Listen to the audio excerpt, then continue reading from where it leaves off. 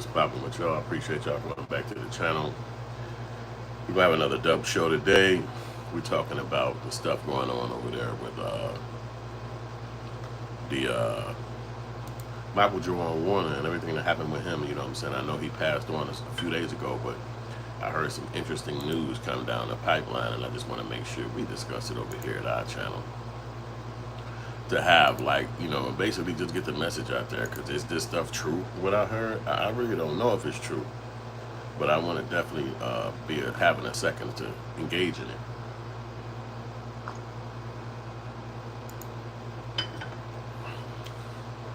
So I want y'all to see what I saw, and it's just obviously some craziness going on. So without further ado, as soon as my computer get done buffering, I'm gonna flip over and show y'all the other side. Pause though.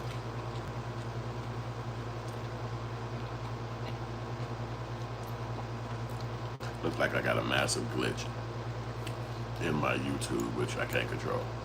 But basically, man, there's some sadness going on. Michael Jamal Warner passed on, but information is coming out about what happened to him prior to his death, like right before his death. This particular guy speaks on it, but sometimes the internet is just something I can't control. It won't just play the videos like it used to. You know how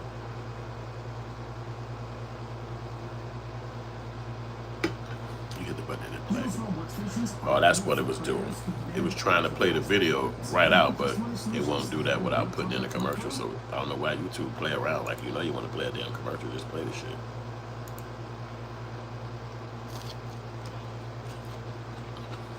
Let me go another commercial.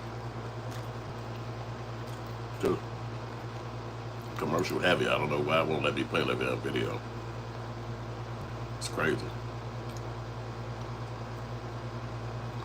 Let's get to it then. Let's see if it'll do it. Not. Let's see if it'll do it now. On the passage. And now we're learning more about his death. ABC's dropping Lee has more from Los Angeles. Costa Rican authorities releasing this image of the scene where actor Malcolm Jamal Warner's body was found. The 54-year-old drowned in Costa Rica Sunday while on a family vacation, with police saying he was caught in a rip current while swimming near a beach in Limon. Investigators say beachgoers tried to rescue him, but it was too late. Police there saying today an autopsy completed confirmed it was accidental. He won a Grammy in 2015. Co-star Raven Simone posting a message on social media. He was beginning, he was one of the most multifaceted, talented men. So gentle. Releasing this statement. This tragedy has almost left me speechless. Malcolm was a lovely man, a sweet and sensitive soul. I respected him for many reasons, including the fact he genuinely loved the act of creation. Warner leaves behind a wife and daughter. Just a few months ago, he posted this video, a flower given to him by his daughter tucked behind his ear. Just wanted to remind you, as I remind myself, that no matter what's going on, there's always a reason to smile. Warner Told you they gonna hit us with commercials, y'all. Don't look like they want to play the video. But as you can see that it won't let me continue to play the video for some reason. Warner saying in a 2013 interview he was proud of the life he built after his famous role in The Cosby Show, saying he has peace of mind knowing he hasn't wronged anyone. Jacqueline Lane, ABC News, Los Angeles. And you already know in this channel we're going to raise Caucasian people accountable, because if we don't, who will? And before we start this video, if we don't like black people, black issues, black talks, get step. Warren's family says he went for a solo swim just after sunrise in the Costa Rican resort where he was staying. An hour passed without his return, prompting his wife to contact authorities out of concern. Officials later discovered his body near a rocky coral area, approximately 100 to 200 feet from the shoreline. Authorities believe he was caught in an unexpected current, and that makes sense. I'm starting to notice a pattern with the media when it comes to our black American celebrities when they die. I'm starting to notice a pattern. Instead of them focusing on the details of the incident, they overload us with accolades and their awards. pretending like they cared about this person. But you have to realize something about Hollywood. Hollywood controls the media. And y'all might call me crazy, but I will never trust Hollywood. It's multiple reasons why I feel and wanted Malcolm dead. Matter of fact, and that's really where I was trying to go with it. This guy, he's saying a whole lot, and he's saying that he think that they wanted Malcolm dead. It's like, wait a minute, that guy? Hold on, that guy didn't do nothing else. It don't seem like he had no enemies.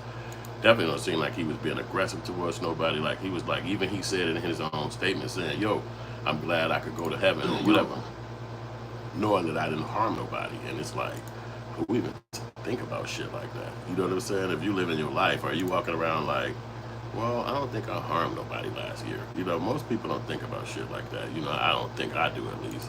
You know what I mean? You live in your life and you can't guarantee that you might not have to say something or get out indignant with somebody in the world, but we living in it. Maybe he was living in such a situation where he never had those environments, where it was never a moment where he had to check somebody or get in somebody's face or snap off in a moment. You know, maybe he was just that one guy that never happened to. I don't think so. I think most people wouldn't even put that out there if they had to do something like that, because it's, you know, maybe they call it where I'm from, jumping out your body. So it's, again, it's exactly that. You know, you're jumping out your body, you're doing something, responding to something, and it ain't necessarily how you exactly feel if you was in a regular moment. But obviously, sometimes certain moments dictate certain behavior. You know what I'm saying? How you got to respond. So when this guy's talking, I can't say if he's saying what he's saying is true, but it definitely does sound kind of shaky about what is going on. So I'm gonna let the boy keep talking, because my computer is skipping real crazy and I don't want it to stop the damn message. here is reason number one. Run the tape. Our music is not reflecting positivity, love, and upliftment of our culture. We're at a point now where so much of our, especially our music, so much of our black music, when you strip away the music and listen to the lyrics, so much of our black music is really anti-black. Oh, you think so? When you think about it, think of, you know, I mean, you almost cannot have hip-hop without talking about drugs, using the N-word, and murking somebody. Right. You know, calling a female, you know, a bitch or a hoe. Like that's become such we've normalized that. The thing we can live with it, that's not, you know, not feeling shit, but I think we the stereotypical side of what the media tends to focus on. And like I always say, Well, let me. I got a little statement to say about that before I let this guy continue. And my whole point about that would be, like, and I'm glad he said I don't want to sound corny, and then I don't want to really diss him because of his scenario. Obviously, he passed away or whatever, and that's his opinion. I never saw his opinion when he was alive, especially, but I kind of knew it because I grew up at that time frame, and I kind of knew how he was operating and living his life, or assuming to be living his life. I thought he wanted to be a lot more like Bill Cosby, in my opinion, when I was a kid. And it seemed like when hip-hop was dominant in the world, you didn't see him take to it like that. Like, you know, when a lot of people was fucking around with hip-hop, you know, especially actors, it was like, yo, I'm running with this rapper, I'm running with that rapper, this the rapper I fuck with, you know, and you'd be like, oh, damn, so damn, you fuck with that rapper and shit, okay, cool, that actor fuck with that rapper, and you never saw him do that with rappers, you know. I mean, somebody said he was kicking with New Edition or some shit like that, but I'm talking about hip-hop. And I never saw the guy act like that or be around black people like that. Not to say he hate black people or he didn't understand, but I want to say that he was out of touch with hip hop in the decades that it has been around and shit like that. And then you've been a celebrity, rich motherfucker. I think he kind of stayed away from it. And then when you hear people make statements like that, in my humble opinion, I think they're just trying to make white people as comfortable as they can. It's some white people listening to him, and they basically pay his bills, or they invite him to parties, or they might even be his fucking neighbors. And it's like, or maybe where his kids go to school. And they have conversations, and he don't want them to look at him and say, oh, you're just like these blacks. You know, the rest of the blacks act like that. And these black people like him, and not to disrespect him again, but just to say they work a lot. They work hard to try to re-identify themselves and not be known as a black man, or not be known as a nigga, or not be known as somebody from the hood. Like, that's a bad connotation in their psychology. But I don't believe that. I believe that you yourself, and if this how you act or where you from, why the fuck would you give a shit about how it makes somebody else feel when they're gonna be exactly who they are? If they're from the valley, if they're from Ukraine village, if they're from fucking Italian town or Chinatown, they're not gonna act like, hey, I'm not like that. I'm like this. This is like they're gonna be themselves, even if they try to put on a different personality, if they try to put on a different attitude. The people that's gonna see you as who you are, and you can't change that. So you should just be comfortable in your skin. He might have been comfortable being that kind of guy. You know what I'm saying? And it's what you can say. I can't control who he is, but I never really took to him when I saw him acting like that and talking like that. I was like, this guy's a clown to me. And if he don't fuck with rap, then he don't fuck with hip hop, I'm not gonna fuck with him. And I never did get too tight with the motherfucker as far as an actor. I just liked his ass because he was making his dreams come true. What's up, A? And I appreciate him for doing that, but I don't agree with that. These guys, they try to diss hip hop, but he never has flames or yelling information about the white people who actually is in control of the message. So he's saying hip hop is so bad. We all talking down on each other. We all saying N-word. We all calling women misogynistic words. But it's like you're not talking about the people who actually make the most money and pay the fees, the people who write the contracts, the people who actually own the radio airways, that actually you hear this shit playing out. So that's crazy. He'll never say that if BMX riders, see, I got you right here, eh? If BMX riders was riding around and they was probably snatching purses and shit like that, and it was like an epidemic in white suburban areas, and it was something they even rapped about in their music, and it was like, yo, we snatching purses, we own these motherfuckers doing verses, and our bike, nobody would give a fuck. It would just be like, kids, man, they're, you know, when you ride a BMX bike, sometimes the excitement is just so overwhelming, you would do anything. But then when dudes are expressing themselves with words, they're not slapping the shit out of people. They're not pushing people in a room. They saying something in the studio. It's a booth. It's actually a closed-in operation. And then they make a voice. Then somebody else hear it. Somebody else who don't like your community. Somebody else who don't fuck with you. They'll listen to that song and they'll say, this what the fuck I want to put out. But you don't see the person who runs the entire fucking operation. They own the radio. They own the machine. They own the fucking place where you go do the concert. They own the fucking shit where you make up your shirts. They own the shit where you fucking take the money for the tickets of the concert. They own every fucking thing. But you just talk about the one guy who was in the studio making the song. And then this whole machine got to happen for him to actually let you hear the song or even perform in front of you. But nobody sees that. They just get mad at that guy who was in the studio making that song. All you do is describe your neighborhood. All you do is describe where you're from. That's so terrible. That's so fucked up. But you never talk about the big ass system that created the fucking neighborhood. I've never seen black people in my entire existence on earth. Never even videos of the past of black people with big gigantic machines putting up to some neighborhood, building a community. Like, okay, putting houses right here. We're gonna have a liquor store right there. Let's make sure we put a little chicken shop right here to sell fish sandwiches and chicken. Man, hey, get over here. We need a hair salon right here. Put the Asian people up in this hair salon. Then we're gonna build this. Nobody does that that's black. We have no control over what the fuck come up in these neighborhoods and how you see it. So to come and say that black people are in control of what the environment of the neighborhood is, it's a fucking lie. To say that black people are in control of putting out music and getting it to the masses, it's a fucking lie. Black people just make music. They ain't in control of shit. And even guns. The guns in the fucking neighborhood, you've never seen a black person with a fucking gun machine, with a gun manufacturing machine. Nobody black even know what kind of machine it's called. The 1 in 12,000 black people that do even know what the machine is called could not even fucking afford one. And it would probably be outside of federal laws and legal shit for you to even apply to even get one. But the guns is in your neighborhood. How the fuck did it get there? You think that shit got there because somebody just came and had a big old sack of guns and popped that shit like that? Or is it designed? Or is it specifically set up so that the guns can disseminate through the country the way somebody already designed it? Just like liquor get around, just like pairs of socks and underwear and diapers. Don't nobody think about that shit, but it's all designed to get everywhere. So why everybody mad at somebody who actually said this stupid shit, but not pissed off about the dumbness? It's just about what happens in the reality. Let me read a statement. He said, I can see you doing a video wearing a bicycle helmet, Belfast was popping.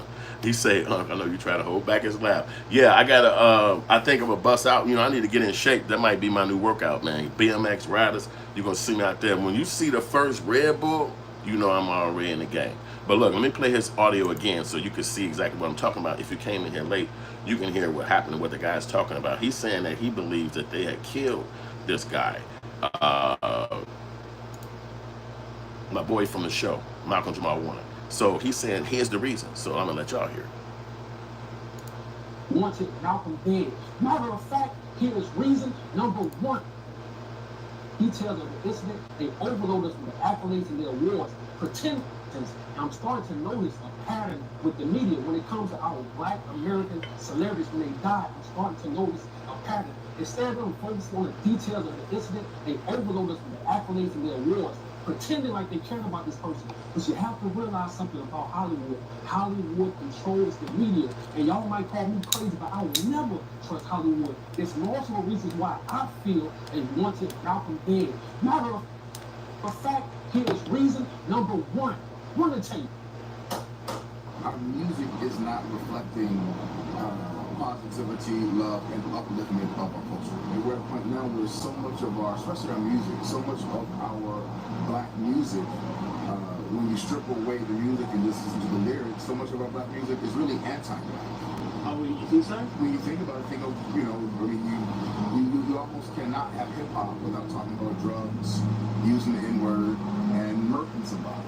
Right. You know, or calling a female, a bitch or a hoe. Like that's become such we've normalized that so much that I think we need a space where we can say, wait a minute, that's not all who we are. And not to be on some corny shit, but I think we do need to balance out the stereotypical side of what the media tends to focus on. And like I always say, make that make sense. See, Malcolm had a podcast called Not All Hood. And he really talked about some deep topics. And one of the topics he constantly talked about was hip-hop and how it dumbed our people down. You think those record labels wanted him saying, oh, hip-hop is now anti-Black? Hell no, that's messing with their money. I keep telling y'all.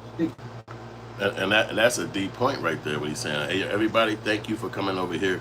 This is Black Outrage 23. I want you to hit the like button. Show some love. We on here. We've been rocking out with a great conversation. It's a great information right here. It's a lot of Black outrage about the guy dying, Malcolm Jamal Warner. And now the information's coming out 2-3 days later about could it have been some kind of foul play.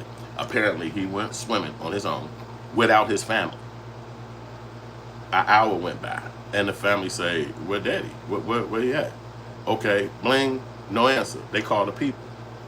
Now, that's short to be calling 911 after an hour. It's like what he thought. He said he was only going to go downstairs for 15 minutes. You know, if you walk into the beach, it's going to take you about an hour to just get warmed up to the water. So they say he was, I guess, maybe the water's warm out there. Like, so you get in the water, and then a rip current grabbed him, apparently. But again, his probably mentality was like, I'm not, he even said this. The people said, he said, yo, I feel good, never have harmed anybody. So he don't feel like he's a threat to nobody. He don't feel like he's putting out anything that's negative. But what the guy is trying to say, that in the music industry, you're smacking people around in their game because they believe that degradation or misogynisticness or fucking just foul language is going to be something that they want to promote in the music. It's other music out there. That's what I don't like that conversation for. It's a lot of music out there, but what they promote on TV is nothing that you can say and do. But it's more music out there. The first time I heard that one, Akash Wani. Come on, man. You talking about my ass. And your damn name is Akash Wani, man. I can't even say that shit. Yo, well, what's up? Welcome to the channel. Hit the like button. Show some love. And let's get back to dude's statement, man. We got to rap about this. See what he talking about, if it's legit or not. Game is cold, but the rabbit hole gets even deeper. Check this out. While it doesn't appear that Malcolm Jamal Warner had a direct lawsuit against Hollywood as a whole, he was impacted by the controversy surrounding Bill Cosby, the star of The Cosby Show, in which Warner also starred. Warner expressed that the allegations against Cosby had tarnished the show's legacy, which had been important for representing people of color on television. He also noted that there were financial repercussions for the cast and crew due to the fallout. Warner did, however, express the opinion that the consequences faced by Cosby were unbalanced when compared to other public figures who had faced accusations of the assault. He also stated that while he was not in a position to defend Cosby, he wouldn't throw him under the bus either. Make that make sense? And just imagine the amount of money he was making from those royalties from that show. Of course he was suing, and y'all call me crazy all you want, but I noticed the patterns of Hollywood when they go against our people. When they say our people are dead, when they say Black American celebrities are dead, it's always they overdose, it's always they drown, it's always they do anything. Thanks for the likes. Online. And it's 2025. You telling me you don't have no videos of the incident, you don't have no pictures of the incident. You don't even, they said it was 2 people that tried to save him. Where are those 2 people? And that's something I would like to say too. You're talking about a resort where you know it's going to be cameras, mad cameras, especially by the water, because if somebody get hurt, a regular human that's not a celebrity going to want to sue. And then, and sometimes you can't think of stuff being like espionage or some kind of on the deep thing. Why can't people just die from normal stuff happening? You know, something like that could probably happen to anybody. Somebody could die in the water. Somebody could go to the beach and pass away for whatever reason. It's not like they want to or they planned it, but it could happen. But then you think about when you hear what the messages is, a lot of the guys be putting out, and it's like, damn, what he was saying that, we already know it's machines involved. We already know it's big people involved with the music industry and whoever else is big time. And we see what's happening to P. Diddy, and the documentary is coming all out on Tubi and TMZ. We understand what it is. So what now we looking at it and saying, well, what could have happened to this guy?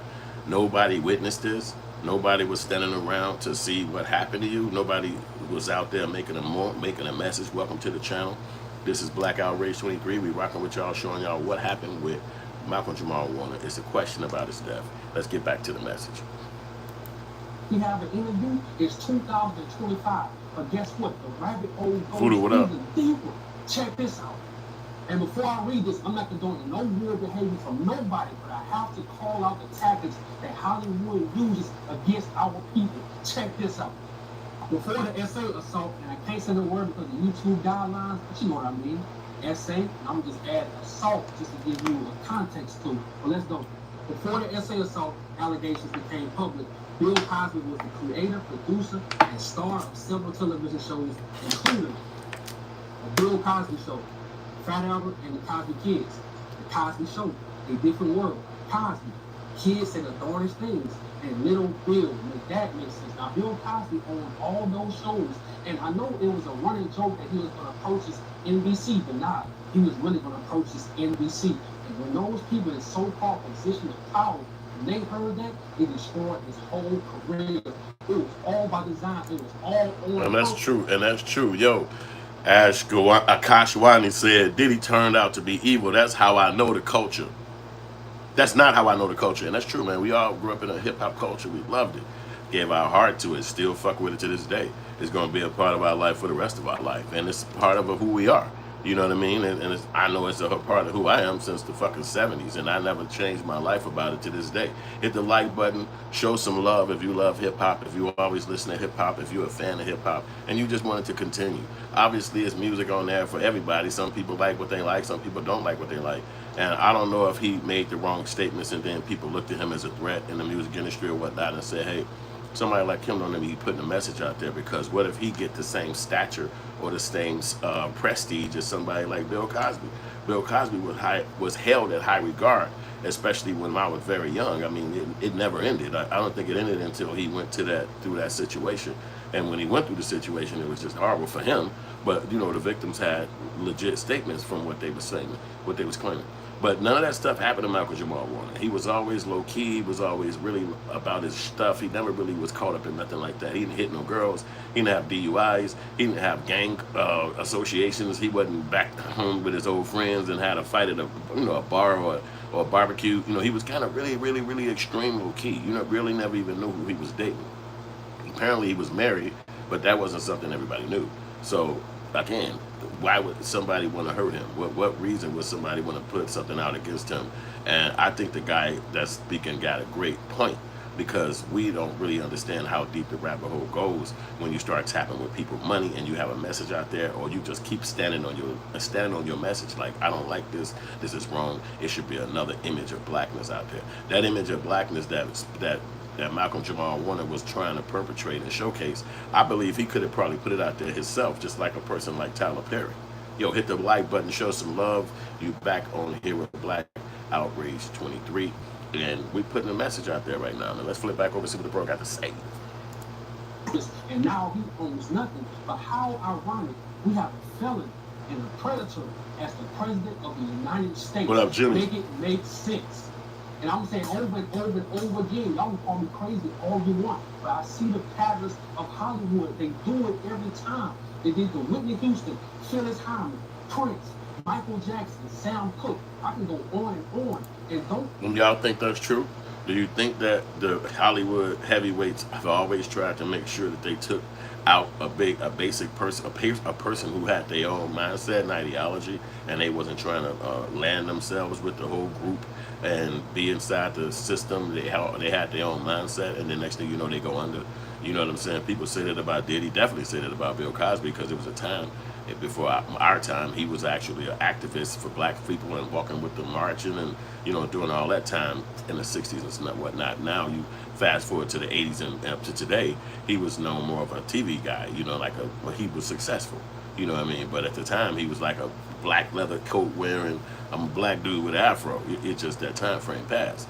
So now you look at him now and they got his name castigated, got torn down.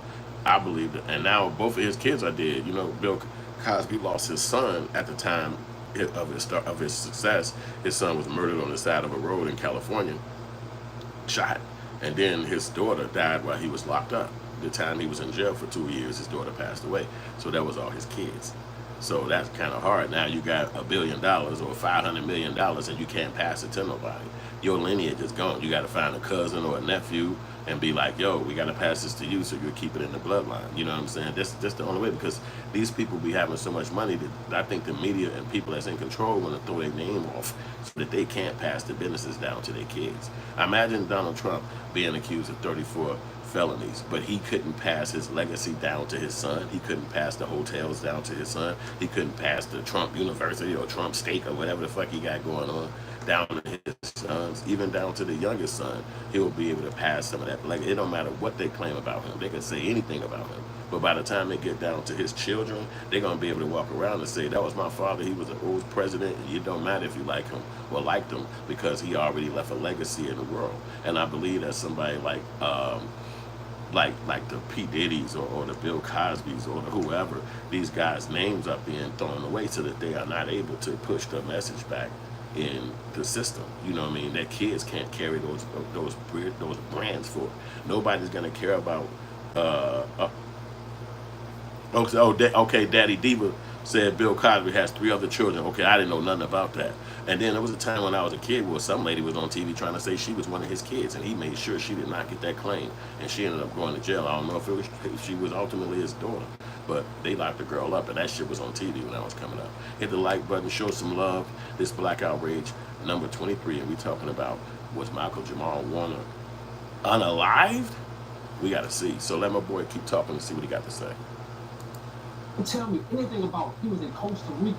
Why would they unalive him and he was in Costa Rica? Have you ever heard of Left Eye? She was in Honduras in a car with 8 other people. They had 9 people in the car. She was the only one to get murdered. They don't care where you at. They'll catch you wherever you at when you least expect it. Angie Stone, it was 9 people in a van.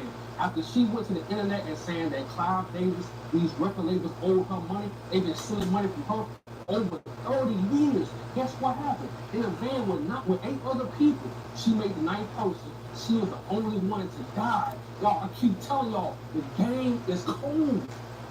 And look. All right, so these are heavy claims. What you think, man? Could it be these people are making sure that these people are gone and keeping their messages stopped? I forgot about Angie Stone. Rest in peace to her and everybody else too. Are they stopping these people from having a message? Because old boy died yesterday. His name is he was big time too. I forgot his name exactly. But rest in peace to him. You know, the dude who bit the bat head off. I got his name right now. But he passed away to him yesterday. And, you know, he had the TV show on TV. Somebody know his name because they mentioned his name in the chat yesterday. He passed away, but he made it to like 76 years old. And that's like, man, come on, that's elderly. You up there, you know. And these guys was living wild lives, drinking all kind of shit, smoking all kind of shit, partying, traveling, living. They wasn't like sitting in the crib chilling, like in creating, making music. He had a band, Black Sabbath was his band. Like these guys made money, they traveled, they had families, and then he made it to 76 years old. Dual citizenship in Europe and in America. Nothing happened to him. Like he didn't, but so is it the message? Ozzy, that's his name. There you go. No I self. He had a message out there, but his message was just fun and kicking it. Ozzy Osbourne. Yep. Thanks, Jeff. Yep. So I don't know if that made him a bad person or something like that, because he made it so far into the future and his businesses can continue and his kids can carry on his legacy if they want to be in music, if they want to be behind the scenes in music, if they want to forget music altogether. I think his daughter was working in TV. His wife had a show like on some stuff in America at one point until they tried to front on her. There's a lot of stuff that you can do when you make it to those levels and your family can continue them legacy. But do they kill you too early if they take you out too soon? If you murdered, if you killed in Costa Rica, don't mean that's what happened, because nobody was there to see. This brother went out on the beach by himself, and that is something nobody can control. They say it right on the news. He left his family in a hotel and he went out there by himself. Did somebody call him and be like, yo, where you at? They probably could have that kind of information on the phone, but this stuff happens in another country. So what was the cell phone towers that captured his text messages or his phone call? What was he cheating on his lady? And he went out there and tried to get up with her, and then she popped out, and then her boyfriend popped out and was like, what the fuck, nigga, I know. And then they get into a fight, but they in the water. And then he knock him upside the head some kind of way and then get up out of there. Him and his lady walk away, he falling down in the water. And then a rip current grab him and yank his body. You understand what I'm saying? They say they found his body 200 feet from the shore, and that meant, it said it was up against rocks. So that meant by the time they got to him, his body had probably been pulverized, hitting up against the rocks. You can imagine the water, the waves coming in every second, and it's bumping your body, is lifeless. It's like, imagine that, if you can imagine the horrificness of what they probably walked up on. And they said that the people tried to run up there and help them, like humans. But again, like the guy said, where's the interview from the people? Like nobody was interviewed after the fact. They always like, I don't want to say nothing. I don't want to say nothing. Did somebody try to rob him out there? Did he think that he was so, I'm not a violent person, I don't do nothing to nobody? Where's the photo? Where's the picture? Where's any information about, all the cameras? The hotel got cameras. If the hotel got cameras, then the beach probably got cameras. So it's like, where is any of this stuff? But it's none of that stuff is being showcased, and that's what make it kind of like weird. Like, hey, and I do believe that the guy got a point on that alone, where he's saying that we don't think that. I got a crazy commercial playing in the background. Yeah, we don't know. A lot of us don't believe that he was just, thrown away like that. And it's probably more questions that need to be asked, especially if you're in another country. I remember that girl, what's her name? Left Eye. They said she died overseas. It was like, in Honduras, riding in a car. And now he says it's 9 people that was in the car with her. And it just really don't make sense. You know what I'm saying? But she is gone. That's a fact. She's not here no more. So it didn't like she popped back up, and then you was like, there she go. Damn, man, they said you died. No, she's really gone. You know what I'm saying? So these things do make a question for you. You know what I'm saying? It begs a question, but and did they die? And you just don't know, man. Let me let this other guy talk a little bit. Boss talk. I rock with him a little bit. See what he heard. In secluded paradise on Sunday. What makes that beach so treacherous? It's similar to other beaches where there are strong rip currents that are deceiving. Mike Geist helps run a volunteer lifeguard organization here. He says while no lifeguards were on duty that day, Geist's friend, who happens to be a trained lifeguard, was there to surf and discovered Warner unresponsive in the water. The first thing that they do is they bring him to the surface and give the emergency respirations right there in the water on the surfboard. And when he didn't respond to that, my friend rapidly took him into the beach and they immediately began CPR. These are the first things we saw when we pulled up to the beach. Signs in Spanish and English warning people about potentially hazardous conditions. This sign even giving a roadmap for how to escape a rip current. Costa Rica's Red Cross says they were able to rescue another man alive who was taken to a clinic in critical condition. Meanwhile, tonight, the outpouring continuing to grow. Blue suede shoes hit it. One for the money, two for the show. Ravens Simone, who played Warner's niece on The Cosby Show, posting this emotional tribute. He was a big brother. He was one of the most multifaceted. See, so that tells you that he went out there, and I don't think he paid attention to the conditions and the surroundings, because you got to think about it. You're from America. You live in a high-rise, a hotel, a house, maybe a farm. It's not a lot of beaching. It's not a lot of beaching close by. You got to get in the car and get to it. It's not like you run outside the backyard. There's a beach back there. You know what I'm saying? You would have more aptitude about how to operate on that condition. So you walk up, you see a lot of people out there already. You're not thinking nothing. You might even go over there and say, as a celebrity, oh shit, it's a bunch of people over there. Let me go down here so I could be by myself, and I don't have to have people running up on me. They're going to say, hey, my God, there you go. And I got to talk to people. I kind of want to just be by myself, so I'm going to kind of get in the water right here. And then maybe you closer to the rocks. You know what I'm saying? You're not, this is so far-fetched from your brain, because you're in your own head, and you're only thinking that, you know, what's wrong? There's nothing wrong. Everybody's in the water right there.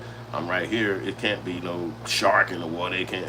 What's gonna happen? And so now you get down on the beach, you get in the water, you jump in it, and then you're not really thinking that nothing's odd until you can't come back up. You know what I'm saying? Or again, it yank you, and now you underwater. Remember, it takes just a small amount of water to get inside the human throat to kill you. We're not fish. It's not a lot. It don't take a lot to kill you. And then you got to think about the panic, and then you got to think about breathing. Your heart rate is automatically going to be up because you're in the water. It's new. It's a new surrounding. So your heart rate rocking. You don't even know if you're sick. You don't even know if you got a heart problem. You don't even know if you got a physical ailment. You know what I'm saying? It's not until something happened that you know. One of my friends went on vacation. We grew up together, and he got married. They on a honeymoon.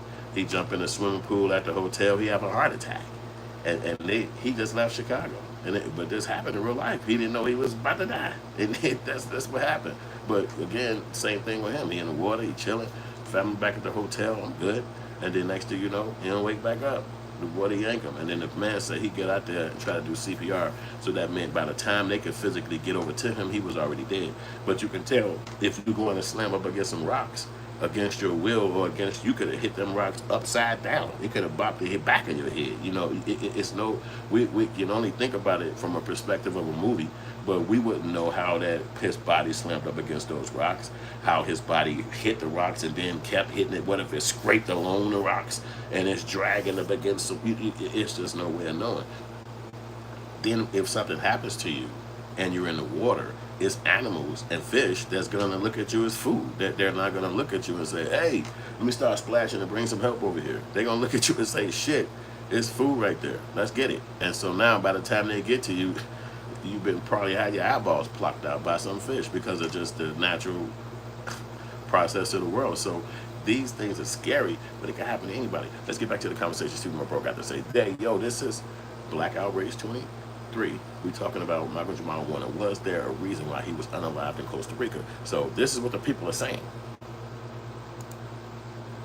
Coming out about Malcolm Jamal Warner's death and how treacherous this sea was out here. There were warning signs. Y'all make sure you like, subscribe to the channel.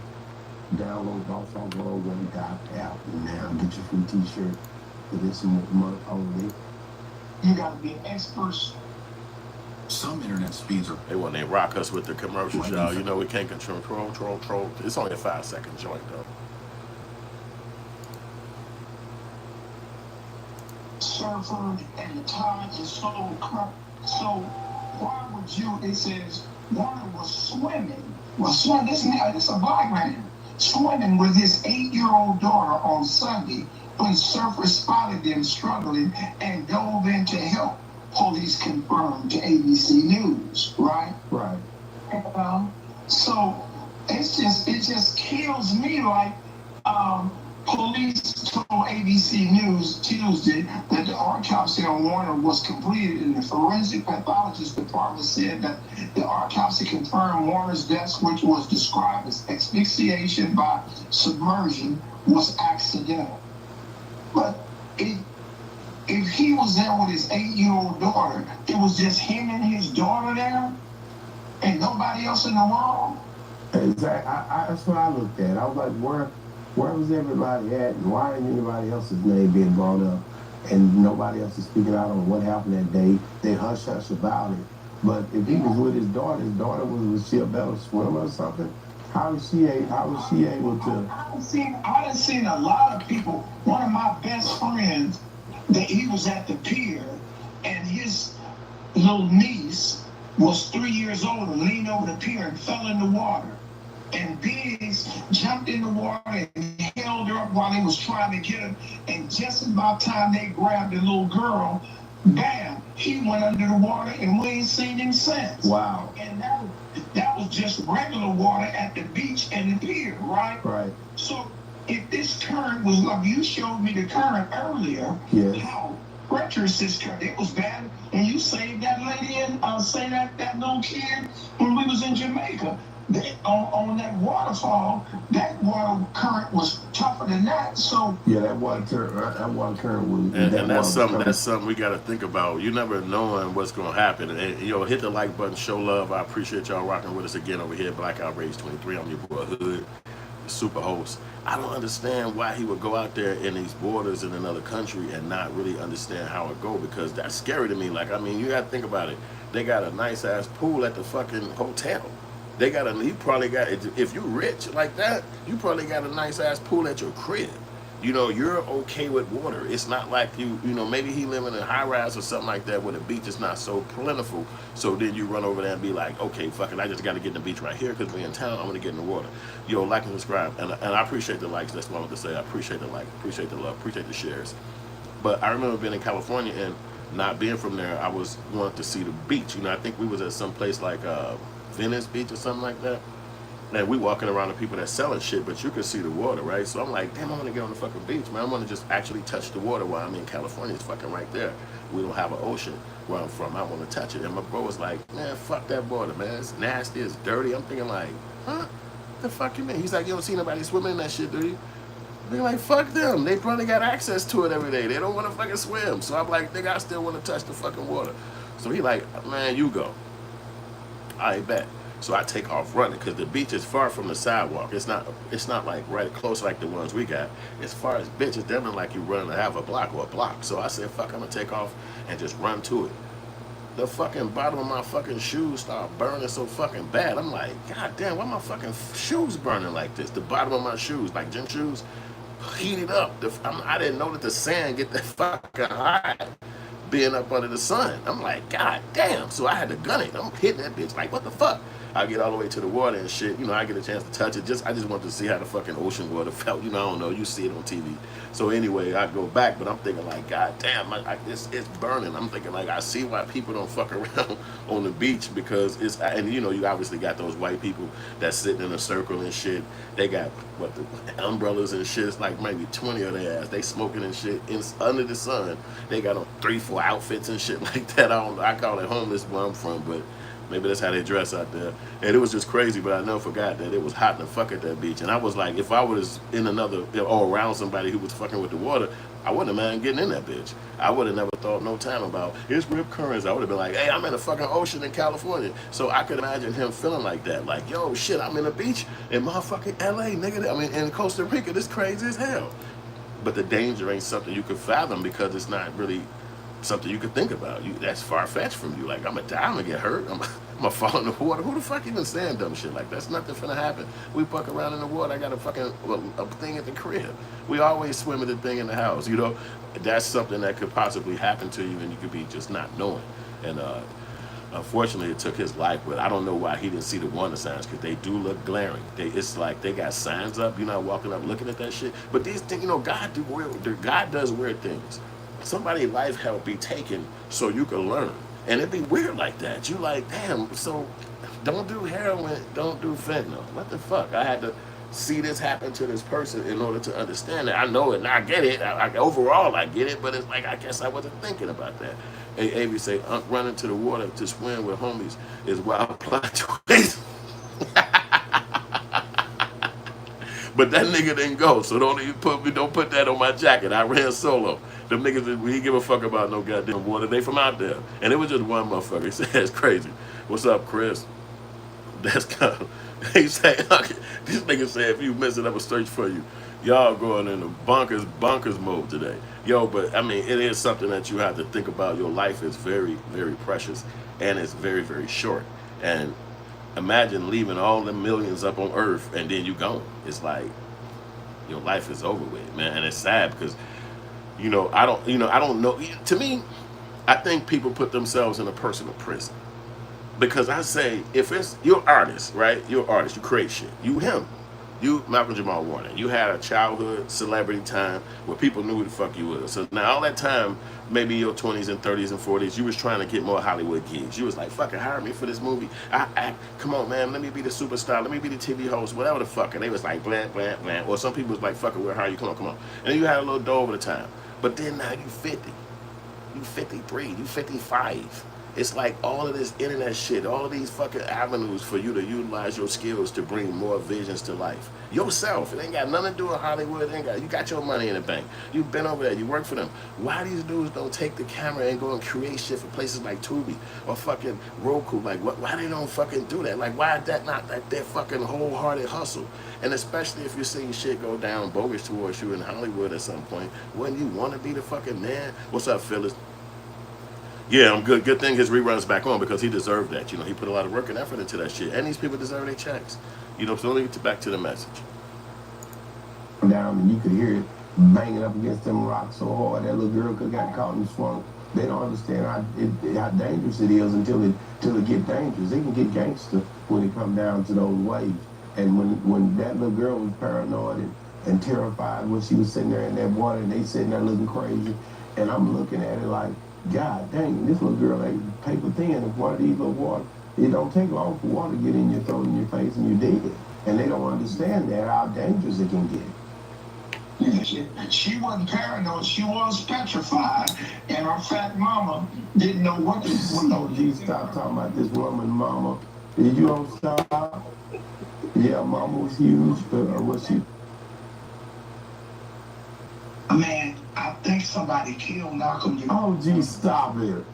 It ain't even on the dark web. I've been looking for it.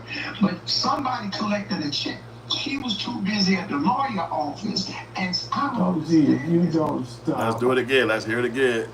Even on the dark web, I've been looking. Louder. Man, I think somebody killed Malcolm. Oh, gee. Uh-oh, it's glitching right at that part.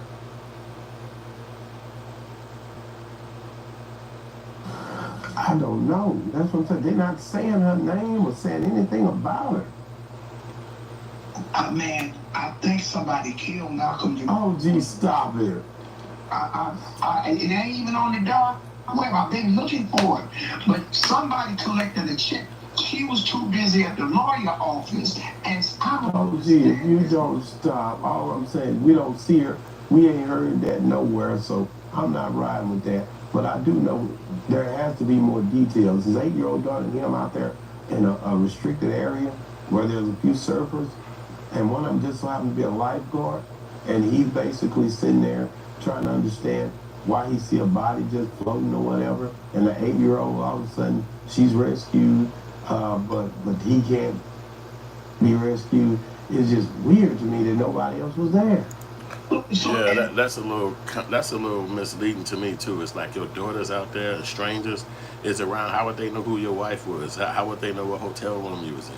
You know what I mean? Like, how would some random people on the beach, if anybody was on the beach, know that this little 8-year-old, you was the only black person at the room, you was the only black person in at the beach? Like, there's a lot of questions for something like that. But again, it begs the question. Like, maybe he should have had some family members other than just his wife and his kid with him, because then that means you the only alpha in the room, and in the building in the moment something happened to you, then everything goes down. Everybody get kind of perish. Hit the like button, show love. I appreciate it.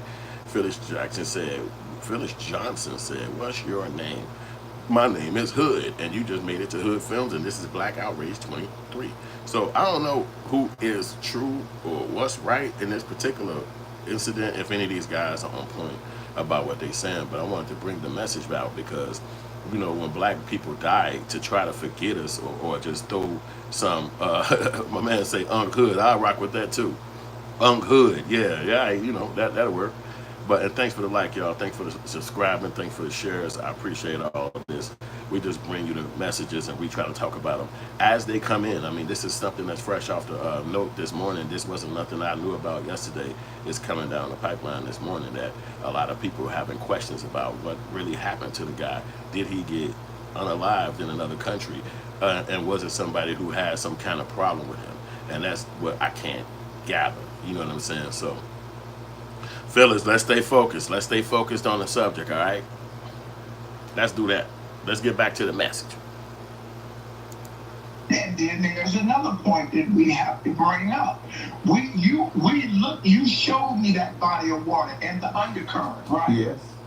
Just like I said about my partner, I agree, Savior. They say the undercurrent took him under, and he was never seen again. Why in the hell is he just floating there? Yeah, that's kind of fishy too, because if it just take you under and shit, then ain't nobody gonna see you. And then I guess it releases you at some point, or it pushes you back up. It's a lot of questions about that. I actually want to look at what does one of those things look like? You know, like a rip current. Like what does it physically look like? Because I'm not from an island. I've never been to an island or nothing like that. We have a lake, but it's like only in certain times in a month do the water go stupid like that. What's up, Pop? Yo, we got Rag Hack. He say, I experienced this before there, Florida. It's a possibility that the waves could have swept him out into the ocean due to the strong currents. Damn, that's crazy to even imagine. But you know, that also just show you, like, man, it's crazy, man. Like, your body could be yanked up under the water. See, it just show you too that God is in control of all of this, man. None of us has control over. I don't give a damn what money you got or who you are. Nobody got the way to survive or inside something so horrific. Some dude is trying to showcase himself being in one, but I don't know if that's crazy. Doing work, say, until you're caught in one of those currents, you will never understand. I've been caught in two, and luckily they didn't pull me under, but I'm strong. I'm a strong swimmer. If you panic, you're done. And technically, I have been caught in one. I have been caught in an underwater current where it's not like up towards the top of the water, it's towards the bottom of the water. And like I described prior, as about 14 years old, we were at a camp, and at this camp, you know, we standing on the beach part of it. It's like a little river out there. We standing on the beach part, and then in the middle of it was like a little physical plank, like a physical thing. It's wood, and you can stand on that. So we were like 14. We was like, we were going to race to it, swim to it, race to it. So we jumping in there, we swimming. So I'm cold at swimming because we swam as kids. So I beat everybody. So I'm trying to be even more doper, right? So I go underneath it. I'm trying to go underneath this big physical plank thing in the middle of the water. I'm trying to go underneath it. As I get underneath it, I'm from the city. I've never been underneath no big ass water plank thing. I ain't got no shit like that at the beaches in Chicago. So as I go underneath it, it's all kind of seaweed that's hanging down from it that I didn't predict that. I mean, long ass thick mesh of fucking seaweed. So I try to go even underneath that because I'm like, oh fuck, you goddamn seaweed. So I try to even swim further down under that. So as I get further under that, I'm coming back up, and my foot get hit with a current. And I never felt a current before, but I felt how fast the water was going, and it shocked me. It shocked me to my memory. It made me remember, even to this day, you know, what the fuck was that? Like, damn, I never felt the water go that fast in my life. Even to this day, it was going so fast, but it didn't yank me in it. It just, I felt it, like my foot was, you know how you kicking your feet trying to go up, and then you can just feel this fucking pressure of water going past you so fast. It was like, god damn. And then I kept swimming up. I got to the other side of the thing, and then I climbed up. But when we get up there, we laughing and shit, chilling as teenagers. We didn't realize it was dead fish that had popped up there. So then the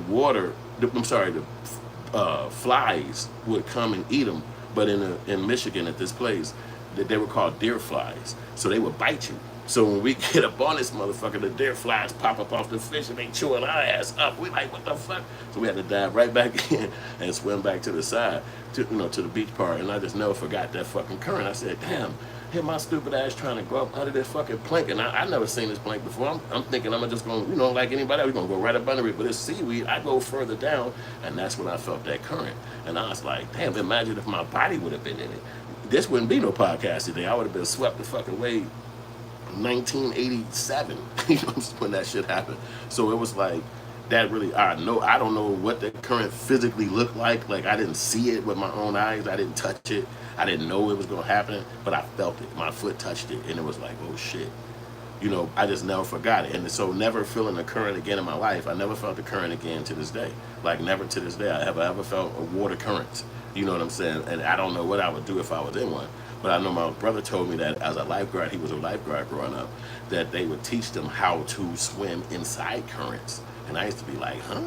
He was like, yeah, they try to teach you how to survive in case you got to bring somebody out of that. And I'm thinking, like, ain't no way hell I would have did that job. Like, what the fuck you talking about? Like, how you learn that? Okay, there go one of y'all jump in. Like, nigga, I got to go to school Friday. Like, what the fuck you mean? It's like, I don't know if that's what was happening, but he just said they did it. But got some kind of dude on here inside the water, I guess, trying to proclaim he's inside a current. So I'm sure it's people who know what it looked like when they walk up on the beach and be like, hey, there go a current. Oh shit, here go another one coming. I wouldn't know how it looked, and I'm assuming that's the same thing that, you know, Malcolm Jamal Warner was when he walked up on the beach. It's no point where he said, oh shit, there go a current. He just walked up and saw the water like, it looked beautiful. You know what I'm saying? Just like anybody else was. So hit the like button, show love. We appreciate y'all coming back to the channel. You hit me up, you returners, you new people, all y'all showing love. I appreciate that. We're going deep into the conversation. All right, so let's flip over and see what this guy got to say. Pause.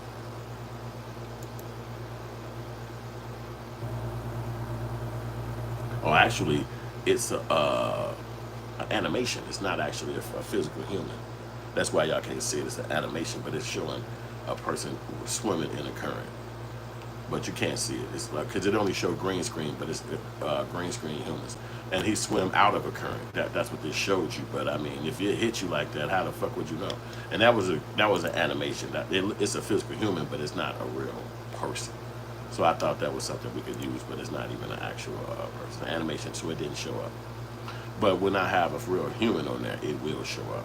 How rip currents can pull you out to sea. Damn, that one got 11 million views on it. That might be a real one right there.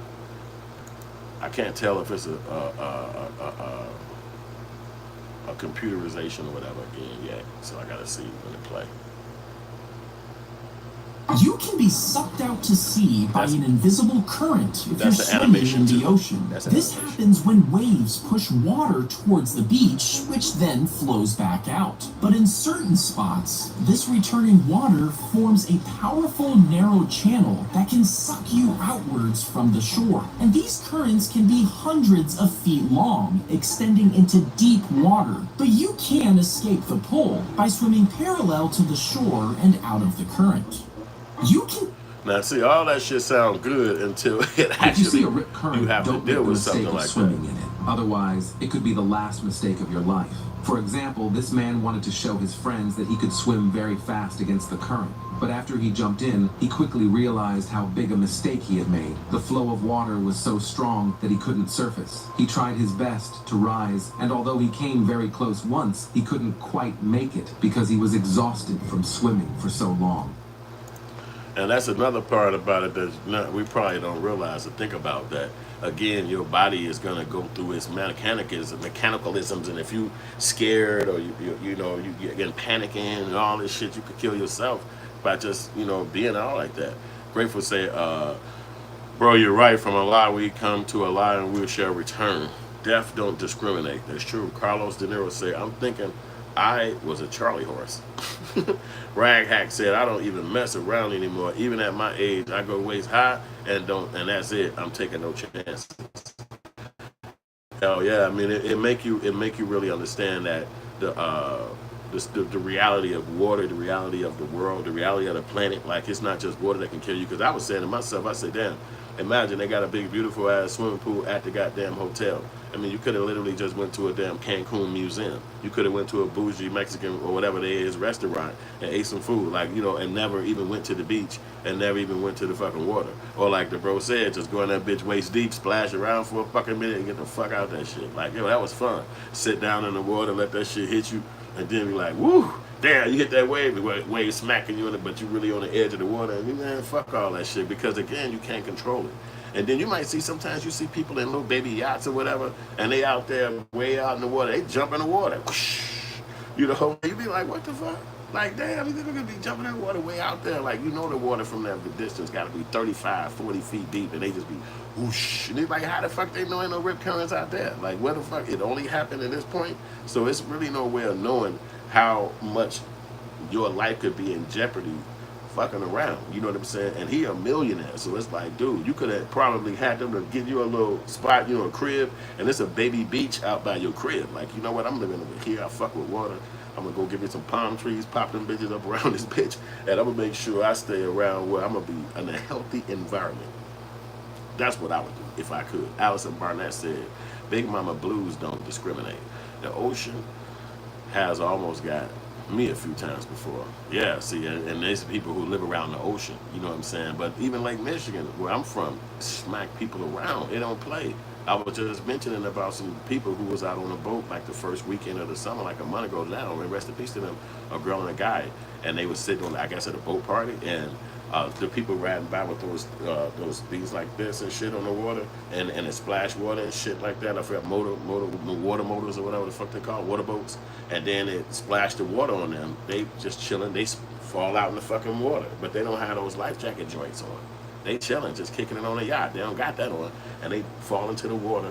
Obviously, where they at, Lake Michigan yanked them, the fucking current, and they yanked the girl all the way down to Navy Pier. And that's like hellaciously far from 63rd Street Beach. And they yanked her all the way down the street. That's probably 13 miles. You know what I'm saying? Where it took her to exactly where they found her body. And they found her body up against the rocks. I'm talking about it's a wall. At some point they built a wall, and then obviously past that wall is the big ass lake. And they found her body. You could ride past and see the damn wall, from the highway, but when you're actually there in the water, I'm sure it was scary as shit. And then, they had to go find, I don't think they found the guy. I haven't heard about if they found the guy. Hope they did. But this the first weekend of the summer. And these people probably had all kind of shit planned, all kind of stuff they was doing. That was just an event. Somebody said, hey, you want to go on a yacht party? Like, hell yeah, fuck that, let's go. And then never imagining this damn thing gonna crash, and here you is not coming home to finish your life, go back to work. Whatever you did is over with. Ava said, my cousin died in the ocean falling off a boat, and the current swept him underneath. Even with multiple friends, they couldn't find him. Man, sorry to hear that too, man. And it's sad because it's so quick, and then that's where you definitely could turn a fun to a tragedy. You know what I mean? If that's, like, it's almost like that could be a tragic moment in any second for anybody. Like, nobody absolved from water entering your throat. You could even be sitting at a dinner. That's why I said with Malcolm Jamal Warner, even if he was at dinner and was just drinking, he could have drowned over a drink. He could have ate food and choked. Anything could happen. You could have been walking on the side of a road and the car jumped the road. You know what I mean? You're inside of the back of an Uber or a cab and somebody hit it. Nobody's going to live on earth, and it's not going to be nothing affecting you or be affected by anything. Hit the like button, show love. I appreciate y'all showing love. I appreciate y'all hitting the like button. Glendale said, I almost drowned twice, and that was in a regular recreational pool. I don't mess around with nothing deeper than my waist. Yeah, see, when you get that standard and you hit it, you don't even go back on that much. You lock in. You know what I'm saying? You be like, I can't play that game because y'all might can swim better. I even asked my wife one time, I was like, don't you want to get on a cruise? She said, you trying to kill me? I said, huh? I'm talking about a cruise. Like, when you go out, she said, you trying to kill me. I can't believe you trying to kill me. I'm like, what are you talking about? I can't swim. So why would you want to take me on the cruise? So the cruise could crash and I fall in the water and die? I'm like, I don't think a cruise going to fall and make you crash. So that's out the vacation list. You can't do that. Ragod said, you're absolutely right. My brother Lake Michigan, there's no joke as well. I have seen plenty. Go on again. Waist high, and that's it. Yeah, absolutely. Allison said, this is so sad too. First Connie Francis, then Malcolm, then Ozzy. I swear it really does come in threes. Wow. Yeah, I try not to count. And Nick Nova Nightingale, what they say, it take 1 inch of water to take you. Man, that's what I was saying. It's not a lot of water. You could even be drinking water or even playing, I remember being a kid playing in a tub. You know how you play in a tub? When you're a child, a small body, you can put your body and head under the water and you come back up. How long can I hold my breath and all that dumb shit? And then you come up, as a kid, you play with water as a kid. But I remember somebody told me when I was very young, they were saying, don't play with that. I said, what you mean? Holding your breath. We hold our breath. They said, don't play with that. I'm like, why? And they said because your brain is a very powerful tool. And they said if you play with holding your breath, your brain will also do it. And then you'll be trying to unlock your fucking breath and your brain will still hold it closed. And you'll be still holding your breath until your fucking ass asphyxiate and die. And I was like, huh? And it was like, yeah, because your brain is powerful. You're telling it to hold my breath. And eventually it's going to lock in and hold your damn breath. And you trying to unlock it, or maybe you don't get a chance to unlock your breath in enough time, you can die. I said, damn, I never thought about that. And I said, you know what? I'm done playing that game. So, I mean, again, to even play, because I remember at that time, when I was a kid, this was my kid, the guy who lived 2-3 houses, he had went to the Navy. And now he was home. He was way older than us. But he was saying that they make you hold your breath for 5 minutes before you get on a submarine and go to sea. And they train you to do that. But so we was kids. We said, 5 minutes, hold your breath. I know I could do that. You know, just being kids. We try to battle each other on holding our breath. But, you know, obviously, you can kill yourself doing that. And that's just something you don't think about because, you know, who walking around holding their breath like that? But you can do that shit. You can die from that shit. So it's something to think about, man. It's crazy. Let me see. Nightingale said, "What? Okay." Monica said, "You're speaking the truth." Thanks, Monica. It's not resting in my spirit. Yeah, that's true. That's not either with me, man. Monica said he was so intelligent. Yeah, he was, and a great big brother. It seemed like he just led the way. Like if it was gonna be somebody who you trusted with, like really you could trust somebody. He had that kind of personality that he wasn't gonna be snakish or maniacal. You could. I didn't know him personally, but he just projected that personality, and it seemed like you don't see a lot of his friends coming out saying much about him right now, but he seemed like he was like that. But you can't really know a person. You know, they could be like the Bill Cosby. He could be one way behind the scenes and then one way in the front. You just wouldn't know. Rackhack said, "Don't blame this on old Cruz, man. Cruz, he's one of the safest people. Crash every day in the cars. Be alive, be unalive." That's facts, too, bro. Yeah, because cruisers could do anything. You good on the cruiser scene, like Monica, exactly. D Shuffle, what's good? Nikki Nova said, "Dead in a tub with my motherfucking G Joe." Psych, no. But yeah, let me not lock my breath in. Yeah, I'll be playing. Yeah, Nikki Nova, there's a lot to be in the Navy. Yeah, we was kids. We was shocked, like, what? You know, because we going to the local pool. And it's like, you swimming, you know, you're not thinking nothing of that level. But it's true. You know, as Ortep said, bro, you like somebody I knew from back in the 1600s. Oh, shit. Boy, you almost caught me right there, bro. Yeah, I escaped from Transylvania, man. God, dog, don't mention the numbers like that, Ortep. You held back that faith for 70 years.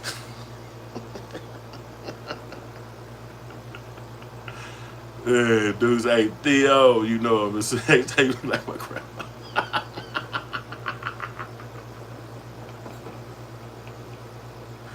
Hey man, come with a little bit more respect to that and hit the motherfucking like button, bro. You going crazy. What up, D Shuffle? I see what you're doing. Yeah, so man, it's just a lot to engulf with having a person that he's I apologize. Come on, man. I'm up here trying to crack jokes. You trying to crack jokes. I'm trying to be serious over here. All right, I'm gonna let old boy talk some more, man.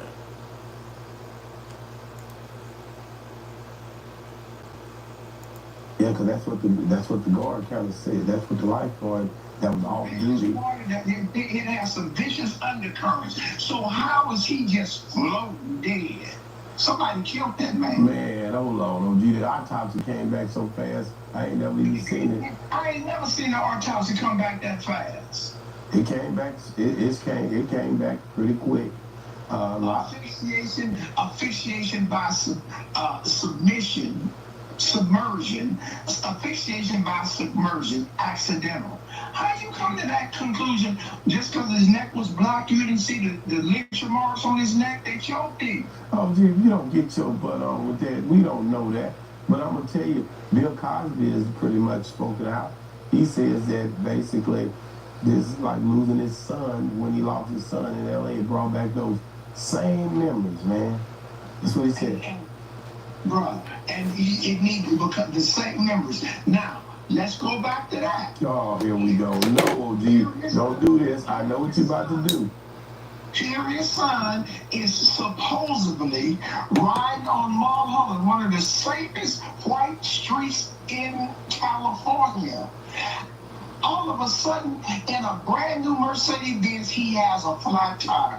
And out of nowhere, a white man from Russia pop up and kill him. Hey, what happened? Yo, I want to speak on that too, because I was a kid when that came across the thing. I think it was like 1997, and they said the guy had got killed out there. I think I was early 20s or something like that, and it was like, what the hell, Bill Cosby's son? Like, how the fuck that happened? He like supposed to be one of the richest people in the world. Why his son ain't got security? Why his son ain't in a mansion? Why his son? Blah, blah, blah, blah, blah. But that was his offspring. That was his kid who carry on his legacy. And all of a sudden, he's mysteriously gone and taken unalive. And it just didn't make no sense. And I thought that was really sad. Hit the like button, show love, y'all. Allison said, and that's where why there was no lifeguard on duty. Woo! See, she on some detective mode right now. See, I ain't think about all that. That does beg a question, like, where's the damn lifeguards at, man? How's there no lifeguard? You know what I'm saying? On a busy beach. And why he can't use that as a moment to say, hey, I ain't getting out there. Ain't nobody can save my life if I'm, you know what I'm saying? And if there was a rip current, it's strange he was just floating. I'm a water person, and I grew up around the ocean. Strange. So damn, so that's another point like that. So, you know, I didn't grow up around the ocean, so I don't really know the mechanics of it or how it works, you know what I'm saying? Again, for me, it's just like, you see it, it's a phenomenon. It's like, wow. I remember when we went to California, and where we're from, the sun rises up by the water. Like to say, for instance, if you want to see the sun come up, you just go to the lakefront, and then you sit there in the middle of the night or wherever, and then you could just look out towards the water, and then the sun will start rising over the water. This is every single day since you were a kid to today. So in Cali, we went up there and we go to the water. We go to the beach. I forgot, Santa Monica, whatever we went. We go to a beach. We're like, okay, bet. We're going to wait for the sun to come up. Waiting for it to come up. It's getting light. It's getting light. It's like, damn, where the fuck the sun?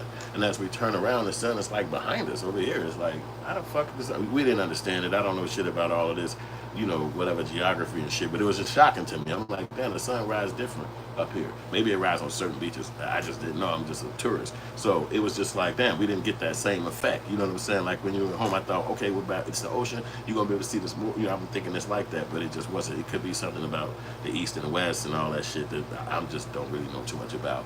But it's crazy how, but again, you in this water and it's dangerous as hell. And you know, even when we was up there that morning and you could see the beach running, it was no lifeguards and shit. It's like 5 in the morning, so we not gonna go in the water and be like, let me go for it. You know, we basically just taking pictures and shit, and we didn't fuck around with the water at all. You know what I'm saying? But at that time, even though we was up there early as fuck in the morning, it was people with them what's them things called? The wave things and shit like this. It's the you know, the boards and shit. They had them up there, so they was still fucking around, and they had the little suit on to cover your whole body and shit.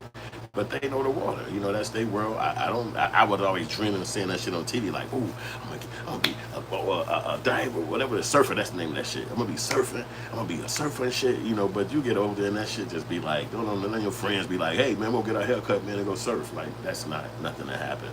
Motherfuckers be talking about they going to the gym or they going to hoop, but that's just a different geography that we in. So nobody does surfing. It's not a thing. You know what I'm saying? So, but sadly enough, that the girl had to lose. That my bro lost his life at the water. So let my man keep talking. Exactly what happened.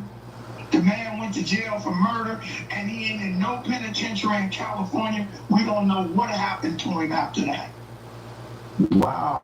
And you saying it was a Russian? Did that come out on the news? Yes, it was. Yes, it did come out. It was a Russian national. Why in the heck would he do that? Because at that time, 1994 was 94, 93. The same way that they crossed him out, he tried to first by a block. They had opened up the airways for cable TV, right? Right. And Bill Cosby had put a bid in for cable TV at that time. When he put the bid, Bill Cosby had one of the biggest in the world extensive black library. I learned everything about black history in youth authority. I didn't learn it in school. I learned it from Bill Cosby used to send us reel-to-reel tapes in '69, bro. I didn't know anything about Tucson Overture, Hannibal, any of those Che Guevara, Bill Bojangles Robinson, Nat Turner. Yo, Lisa Lopez said we went to a beach in Oahu It's called Electric Beach. We drove at least an hour from our hotel to get there. That is crazy how the beaches be far as shit from the hotels and shit, you know, because they want so much damn money to stay directly by the hotel. She said we weren't there for 5 minutes. It was dangerous, and the sign said no lifeguards. Hell yeah, it make you get the fuck up out of there because you're trying to live. So it's like you don't want to put yourself in a precarious situation like that, especially if you got kids or family with you, man. It's like it's on you. You got to jump your ass in the water and save lives. It's like running up in a fucking a burning building. You know what I'm saying? So we don't know all of the semantics or whatever, all the situation that happened with this guy. And that did happen to Bill Cosby when somebody killed his son, and I thought that they killed him so he could pass his legacy on, because that's his legacy. His son didn't have kids. He was one, I think they said he was like 29 years old at that time. So he was an older guy, the son, but he didn't, you know, he wasn't having kids and nothing like that at that time. But he passed on, and it was really just crazy, man. D. Shuffle say he was on vacation and let his lifeguard down, let his guard down, not expecting anything. That's true, and that's exactly what the guys is trying to say. That something probably happened to him, because you see his message that he put out in the hip hop message was that black music was taking a wrong turn, and the people don't like to hear that because they put money out there, like they spending money for this shit to survive, and you out here saying negative things that can fuck up their money or mess them up. They ain't really rocking with that, especially if you're not a billionaire yourself. You're not even in the industry. Like, you don't make no money from this. You're not a person that's putting in time with people, trying to get people to pay me and be our artists and shit. This something you just looking at this as a spectator, and you dissing it so bad, and then you're not really understanding, because that's what he was doing. Michael Jamal really didn't like how the music industry was treating putting music out there. And I'm gonna play that clip for you if you're just coming in here joining late and you didn't see none of the actual conversation behind what's going on with him. So you got let the little commercial play real quick. But he basically was talking about how he didn't like how music was being played, like the stuff that they were saying in the music. And he this is what you call a message. This is what you call a standpoint that you stand on. When I was younger, they had obviously the black music we listened to was hip hop, and it would be black conversation in a rap. They talking about you a black man, blah, blah, blah, blah, and you know that already. And so we would hear that. Then they took that out of music. So a lot of people that's my age and a little older and maybe a little younger, they still long for that. Like, whatever happened to that? Like, when they was talking about blackness, but nobody really realized that it was taken out of music by somebody, by something. It wasn't just people stopped rapping about that. People just deleted that sound and they put another sound in place of it. Now maybe it's more gangster, more street, more hood, more whatever the words. You could throw all the words in there, but you can't blame the artist. The artist who made the song is not going to know if that song is going to go nationwide or worldwide. They just made a song. It could be about their neighborhood, their family, they whatever. And then the people hear it, the masses hear it because somebody disseminates it, and then that determines what gets out there. So if a person or people like more gangster style music, or more gangster style music videos, or more gangster style video games, or more gangster style songs from women, that's just what's going to happen. You can't necessarily say it's tearing down our race, it's tearing down the culture. It's a product and it's selling, and that's just all it is. You know, it's like it could be even looked upon as a drug for some people that's not into it, but then the people that like it, that's what they like, and the masses are making decisions. But they're not. The artist is not determining this music you need to go up, and that's what's going to happen. Put that other stuff y'all doing to the side. The people are tired of hearing that. That's not what's going on. The artist is making the art, and then he putting it out to the world, and a lot of that shit you don't hear, and the ones who they sift through and the ones they choose to pick and who they want to put out there, that's how we get out there. So to believe that musicians are trying to tear down the black community because of the content that they're creating is not true. And then white people get to make all these kind of movies about slavery, armies, relationships, love affairs, you name it. And nobody feel like it's determining how the white race is seen, or how the white race is determined if you watch a movie and they were superheroes, or you watch a movie and they were addicted to drugs, or you watch the movie and they was on a farm, or you watch the movie and they lived in the suburbs. Nobody gives a fuck. They just be caught up in the story. And that's it. And it's nobody concerns themselves with, oh man, so that's what they do in their horror movie. They kill all the white women. Man, they must hate white women. Every time I've been in every single horror movie from the time I was a teenager to a grown man, y'all done probably killed about 40,000 white women in the movies. Y'all hate white women. Nobody fucking say that. They even, when I was a younger dude, they had like a TV show called Scream or some shit. And it was all about white women on there thinking they could scream like they was in a horror movie. They just make fun of it. They just have fun with it, instead of looking at it as the determining factor of how all of us act. No, it's a fucking writer who wrote a movie and a bunch of actors who played the characters. Enough said, the shit's over with. You don't like it? Stop watching that. Watch some other shit. It's enough entertainment for everybody. But it's not going to make it seem like it determines who you are. This is who you are. That is psychologically crazy. But let's get back to the message. He was a beacon. He was one of the most multifaceted, talented men. So gentle. Released. No, a flower given to him by his daughter tucked behind his ear. Just wanted to remind you, as I remind myself, that no matter what's going on, there's always a reason to smile. Warner saying in a 2013 interview he was proud of the life he built after his famous role in The Cosby Show, saying he has peace of mind knowing he hasn't wronged anyone. Jacqueline Lee, ABC News, Los Angeles. And you already know this channel holds racist Caucasian people accountable, because if we don't, who will? And before we start this video, if we don't like black people, black issues, black talks, get the step. Warren's family says he went for a solo swim just after sunrise in the Costa Rican resort where he was staying. An hour passed without his return, prompting his wife to contact authorities out of concern. Officials later discovered his body near a rocky core area, approximately 100 to 200 feet from the shoreline. Authorities believe he was caught in an unexpected current. Make that make sense. And I'm starting to notice a pattern with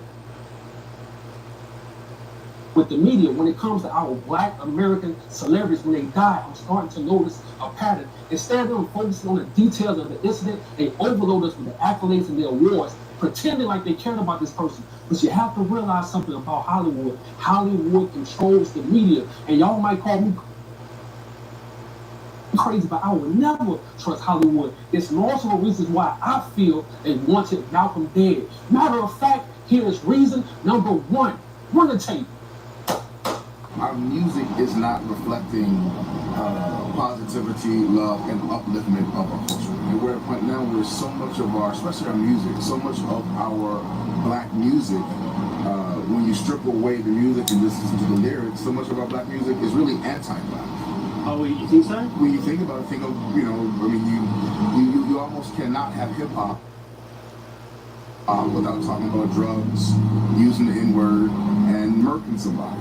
Right. You know, or calling a female, you know, a bitch or a hoe. Like that's become such we've normalized that so much that I think we need a space where we can say, wait a minute, that's not all who we are. And not to be on some corny shit, but I think we do need to balance out the stereotypical side of what the media tends to focus on. And like I always say, make So that's really the overall gist of why a lot of people are saying this about him, because of how he had a message out there talking about the music and the media and all of that. And even though he was a low-key guy, and I didn't really hear too much about that, not personally. So I didn't even know he really, I guess, made a ruckus in the industry like that. But it seemed like, you know, from both of those guys even talking, it seemed like maybe somebody had foul play in their mind for him when he had to be again by himself. Just like the message said right above for D Shuffle, he said he was on vacation and let his guard down, not expecting anything. Excuse me. So that means you're not bringing security, you're not bringing a family member, you're not bringing, you know, you're trying to not see yourself as a celebrity. You like, well, shit, they don't put me on TV. They don't actually come conversate with me. They don't put me on TMZ. I could walk right down the street, nobody take a picture of me. I'm not famous. I don't do shit like, well, you know, I got drunk driving or got caught up with a domestic violence, so my name is not ringing. You know, it was just like the other guy that was from their show. He thought he was so obscure that he was up there doing working at some kind of like a foods Trader Joe's or something like that, and he thought he could just do that and be like, yo, I'm a regular person and nothing is gonna happen to me, I'm normal. But it really didn't work out like that, because he is a person that went to Yale and got a master's degree from Yale in acting, and you was on the Cosby Show, and you could basically work in any fucking world you want. But they be locked into, I'm not going to work unless they hire me. If I'm not getting hired, if I'm not getting jobs in acting, then I guess my career is over. They don't see themselves as creators necessarily to say, hey, I got a name they knew me when I was 14 or 32. I'm finna go ahead and make me a damn film and put that shit on these platforms. I don't give a fuck if they don't like me no more in Hollywood. Who gives a fuck anyway? I'm just keep doing this, and people to know me, and they might dog me out over here, or some people might not fuck with my message. But I went to school and I worked my ass off to get this damn degree, and I know I can fucking out-act half these motherfuckers, if not all of them, in the game. So this is what I'm gonna introduce, and this is what I'm gonna start doing. They don't really have that thought. They just be sit back and be like, I guess if I ain't working, I'm just gonna have to get a job and shit. And I'm not dissing them, because you know, when you're an adult, it's reality kick in. It's like, okay, house note, car note, kid note, family, you gotta help your granny, you gotta help. It's not like, hey, look at me, I'm just an actor, I'm just kicking it. It's like reality kick in, you know what I'm saying? You might wanna live in a certain neighborhood where you wanna have to pay a certain fee, and they not hiring you. Now it's like, shit, you mean I gotta move back to the old hood? I'll do anything not to go back to, you know. So it's more to it than just they don't wanna work. But when you start seeing a person get later in age and they got gray hair and shit all in certain sections, it's like, what the fuck you doing? Like, it's not like the fucking internet not there. Like, nigga, if you do anything, you could at least do skits. You could at least run the fucking old skits of the fucking game or the show on your shit. You know, have a little bit more mental aptitude so you can do more than just sit back on the sideline. But to just sit back and diss the industry and build people that's going to kind of not like you or look at you like, who the fuck you think you are? You know, because think about it, the people who's producing this stuff and that's behind it, this is $1 billion industries. These are not like people who just selling oranges and shit. Motherfuckers is making billions of dollars. So messages that they put out is maybe a part of what they trying to put out. This is their industry that they created. So if you're going to be dissing it, you should be in it. Like Malcolm Jamal Warner, why ain't you rapping? Who has your artist? You don't have no hustle into that, but they really didn't. They didn't get behind rap, and I don't think he even liked it. I think that being behind somebody like Bill Cosby and the psychology that Bill Cosby ultimately went to, where he was like, he don't agree with how young people acting, he don't agree with how people kicking it in the neighborhoods. He didn't agree with that no more. He became a person at that age level where he was like, hey, fuck that. Y'all gotta get y'all shit together. This is what Bill Cosby became when I was young. And you know, we was young. You even heard Eddie Murphy say, like, man, Bill Cosby was like, you gotta stop all the cursing and shit. You know, it's just things that had came out in the industry. I think even Richard Pryor even said something like that back in the day. But people kind of had a little disdain because of that, because of the way the culture's changed. The younger people started taking over. They got the new mentality. This is what the world is going to be, and so it don't matter what it used to be. It's what it is today. So now, eventually, him having not so much love in the hood or the black community, he was able to get taken down. And when they was able to say the things about him, nobody could come and say Bill Cosby not like that. Because we could just be like, he didn't really fuck with black people. So at some point in his life, he stopped really being in the culture that we accept or we thought he would be of at his age. But you know, whatever, you know, he got the honorary degrees, and then the people start switching on him. Yo, he this, that, and the third, he going to jail. Well, who could say something? Obviously that happened to P. Diddy and many more behind that. But the whole point about it is that the guys kind of lose their way along the way. Why? How? Is the money? What is it? You know what I'm saying? Get back to the message though. Hit the like button, show love. Hit the like button. Come on, we rocking out. We talking the good stuff. This the message. You hearing it right from, not from me. You hearing it directly from the people with the message. Let's go. See, Malcolm had a podcast called Not All Hood, and he really talked about some deep topics. And one of the topics he constantly talked about was hip hop and how it dumbed our people down. You think those record labels wanted him saying, "Oh, hip hop is now anti-black"? Hell no, that's messing with their money. I keep telling y'all, the game is cold, but the rabbit hole gets even deeper. Check this out. While it doesn't appear that Malcolm Jamal Warner had a direct lawsuit against Hollywood as a whole, he was impacted by the controversy surrounding Bill Cosby, the star of The Cosby Show, in which Warner also starred. Warner expressed that the allegations against Cosby had tarnished the show's legacy, which had been important for representing people of color on television. He also noted that there were financial repercussions for the cast and crew due to the fallout. Warner did, however, express the opinion that consequences faced by Cosby were unbalanced when compared to other public figures who had faced accusations of the assault. He also stated that while he was not in a position to defend Cosby, he wouldn't throw him under the bus either. Make that make sense. And just imagine the amount of money he was making from those royalties from that show. Of course he was suing, and y'all call me crazy all you want, but I notice the patterns of Hollywood when they go against our people, when they say our people are dead, when they say black American celebrities are dead. It's always they overdose, it's always they drown, it's always they deleted themselves. Tell me I'm lying. And it's 2025. Is that, again, is that what's going on with this? Where the guy had a message out there and they said, we're going to shut him up? Because these be really necessarily conspiracy theories. There's no evidence to prove that any of this stuff is true. There's no way of knowing exactly if he had an enemy in the industry and somebody wanted him done or done out.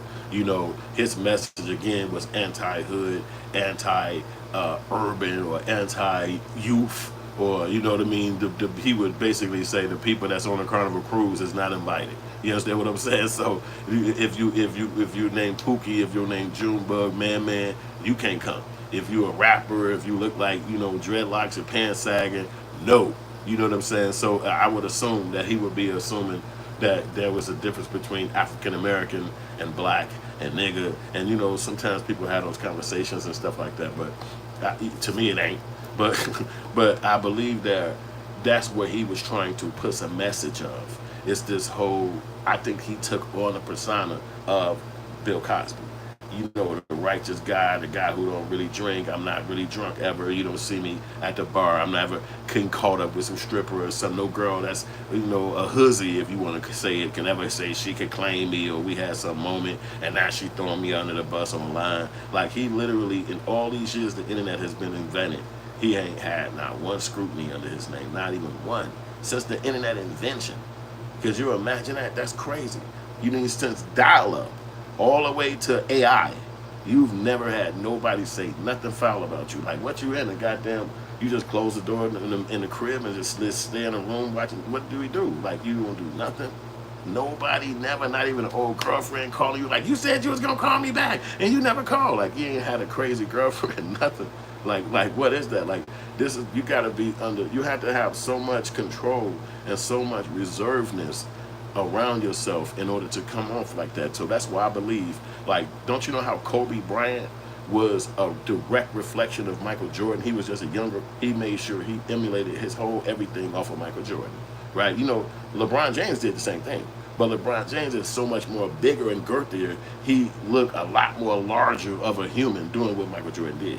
But Kobe was skinny and thin, so everything Jordan did, he re-emulated it and did it himself. I believe that that's what Malcolm Jamal Warner is.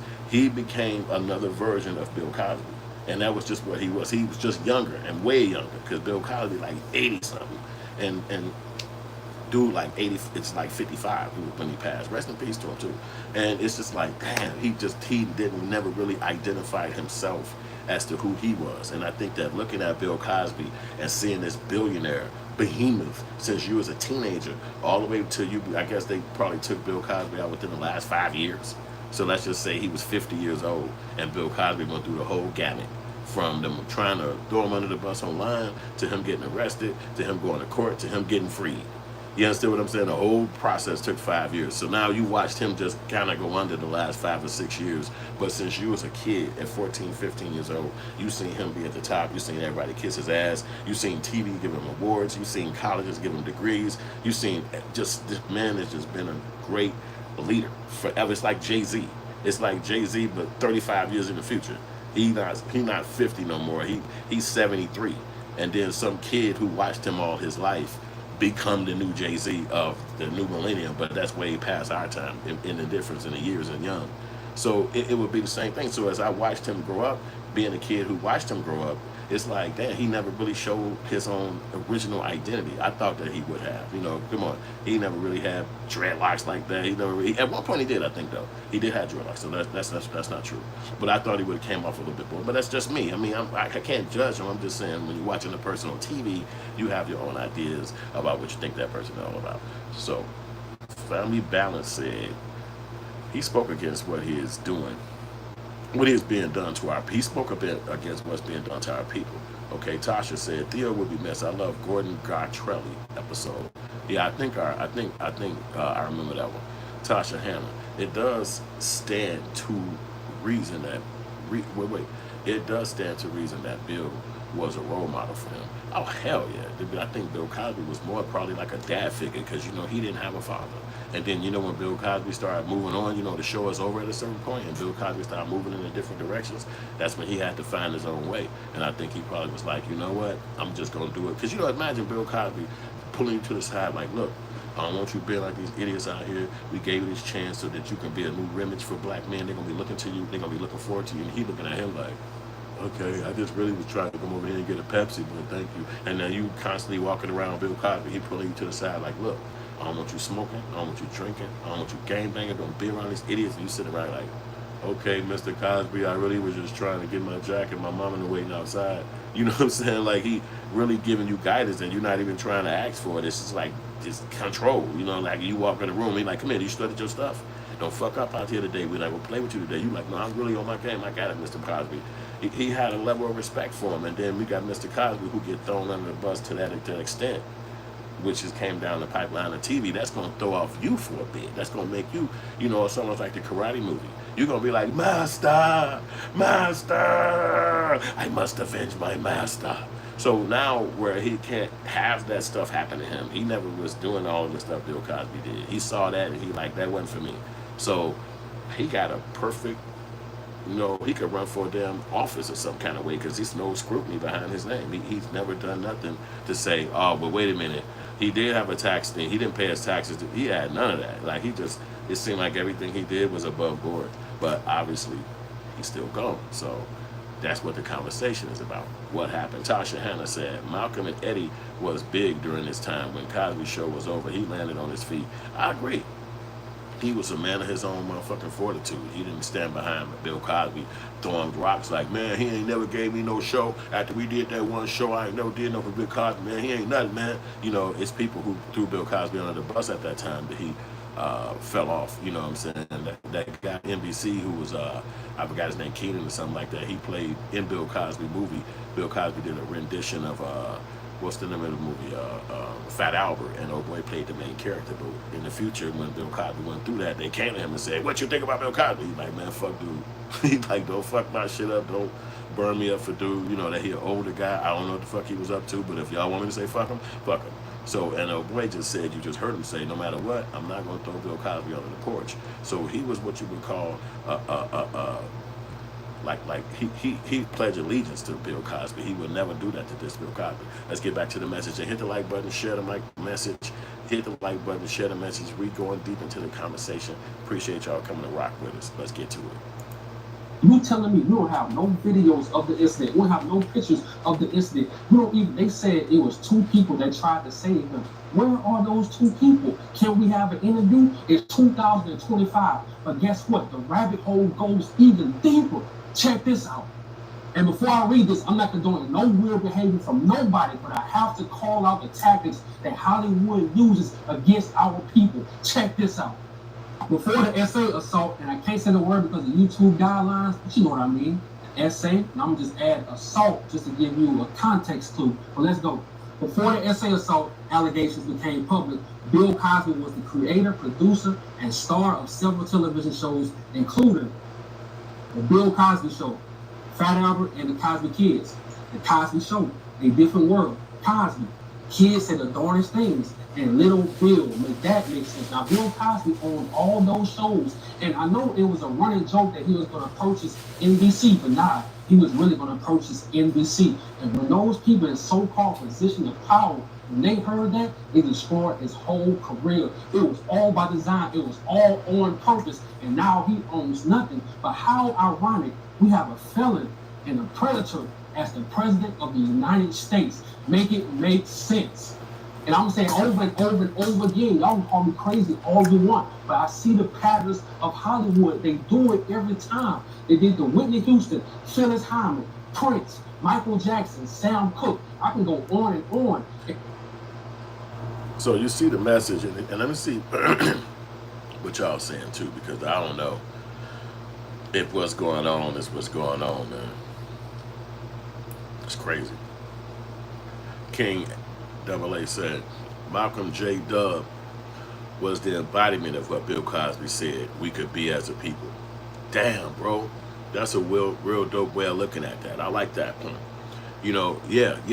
Again, the Kobe, Jordan, you know what I'm saying? The master, the sensei, you know, that's true. I agree that.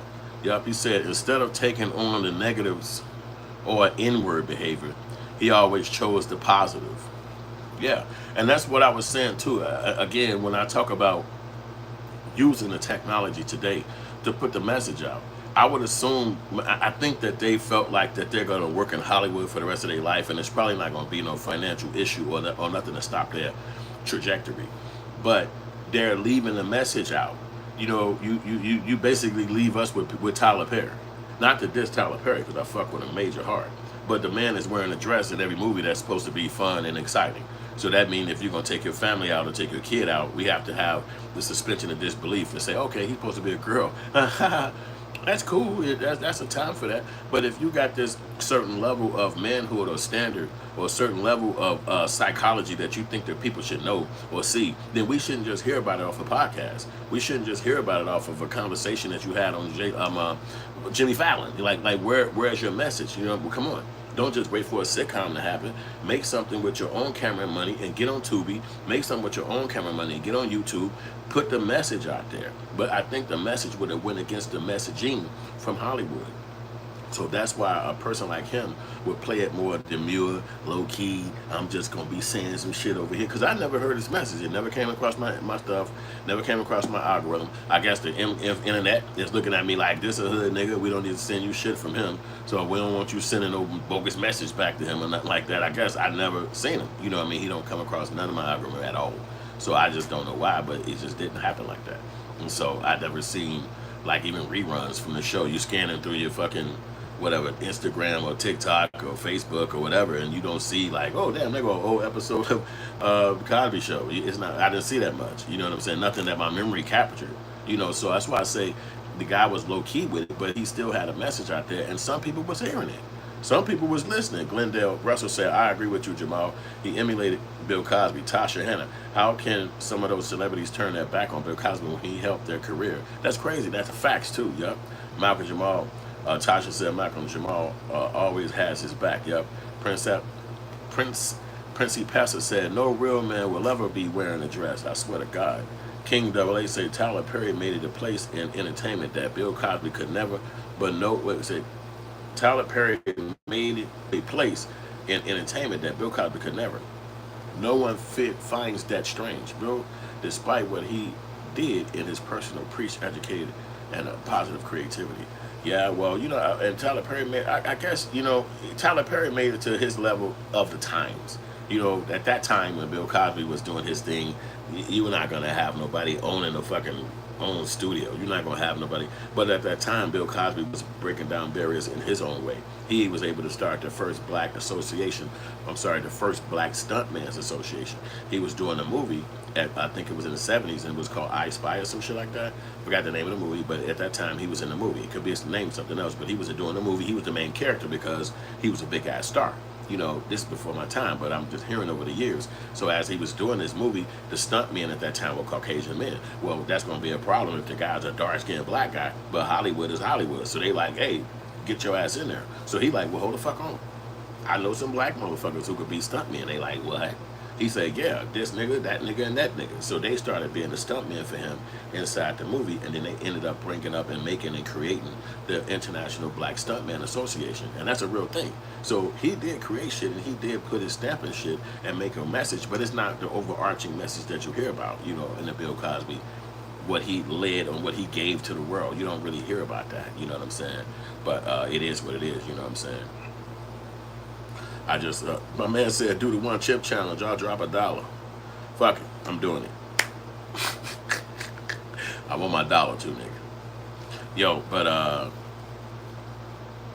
boy, you really need God, my bro. Anyway, let's get back to the message and shit.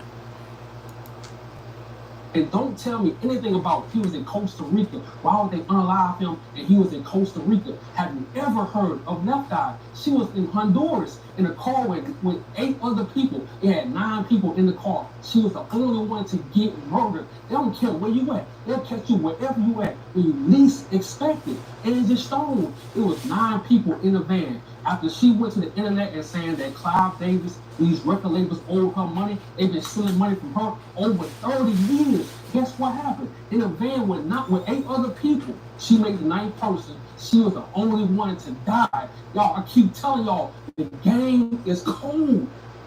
And look, I'm not gonna lie, when I do these videos, I have to learn how to calm down because I'm so passionate about this. I don't believe anything the media says because why would I believe them? When they hide everything, every time a Black American musician actor dies, it's always a cover-up. And guess what? We don't need Hollywood. Hollywood need us. Go do your research on how many actors save movie productions. Go do your research on how many Black American musicians save these record labels. They always saving them. We don't need them. We need to focus on ourselves and create for ourselves. I hate that this shit happened, bro. So rest in peace to Malcolm Jamal Warner and to his family. I'm sorry this happened. And like I say, y'all can call me crazy, but it is what it is. Rest in peace. I'm out. Flip forward 400 pages to view how the cages have become more sophisticated, how red lines decorate maps like graffiti to dictate dominions that dampen desires. Where those ancestral fires defy suffocation, stepped on, but not stamped out. Our spirits continue to dance through subjugation at every junction on our traumatic journey. We transform pain into celebratory mode, communicate code in a language colonizers can't understand, they can't decipher, but they attempt to copy because they know it's clever and cool. And still, we rise. Like embers in a wildly whistling wind. Like the love-struck sun chasing the coy moon. Like blunt smoke and our parents' blood pressure. We wear this oppressive air with such an impressive flair. Only the few astute, truly fascinated by the truth, dare view our struggle to survive as art in motion. For we are abstract, admired for how we create culture from scratch with scraps. And like indigenous land, we watch it get co-opted, ransacked, and raped. And then draped in lies of meritocracy to justify the equity gap. And we dance and we rap. You see, the art of being Black is often an acrobatic act. I just got paid $6,000 for... That was some dope shit right there. Well, he said in that article, and that's why I say he was really dope. He won an Emmy, a Grammy, for like having poetry and shit. Like, I think they said it was like 2015. So even those words he said right there, they were so motherfucking candid and poignant. It was exacting. He was saying exactly what needed to be said. And he was doing it poetically. He even threw a little bit of jargon in there for me, people like me. You know what I'm saying? And I'm gonna play it back again because it's the first time I haven't never caught that. You know what I'm saying? But I thought that was dope as fuck what I just heard. So I want to run that back because, again, this is a tribute to his life. And I really appreciate hearing that. So let's get back to it.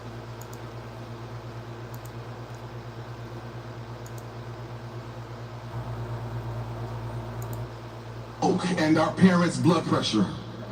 You got to go back further. And cool.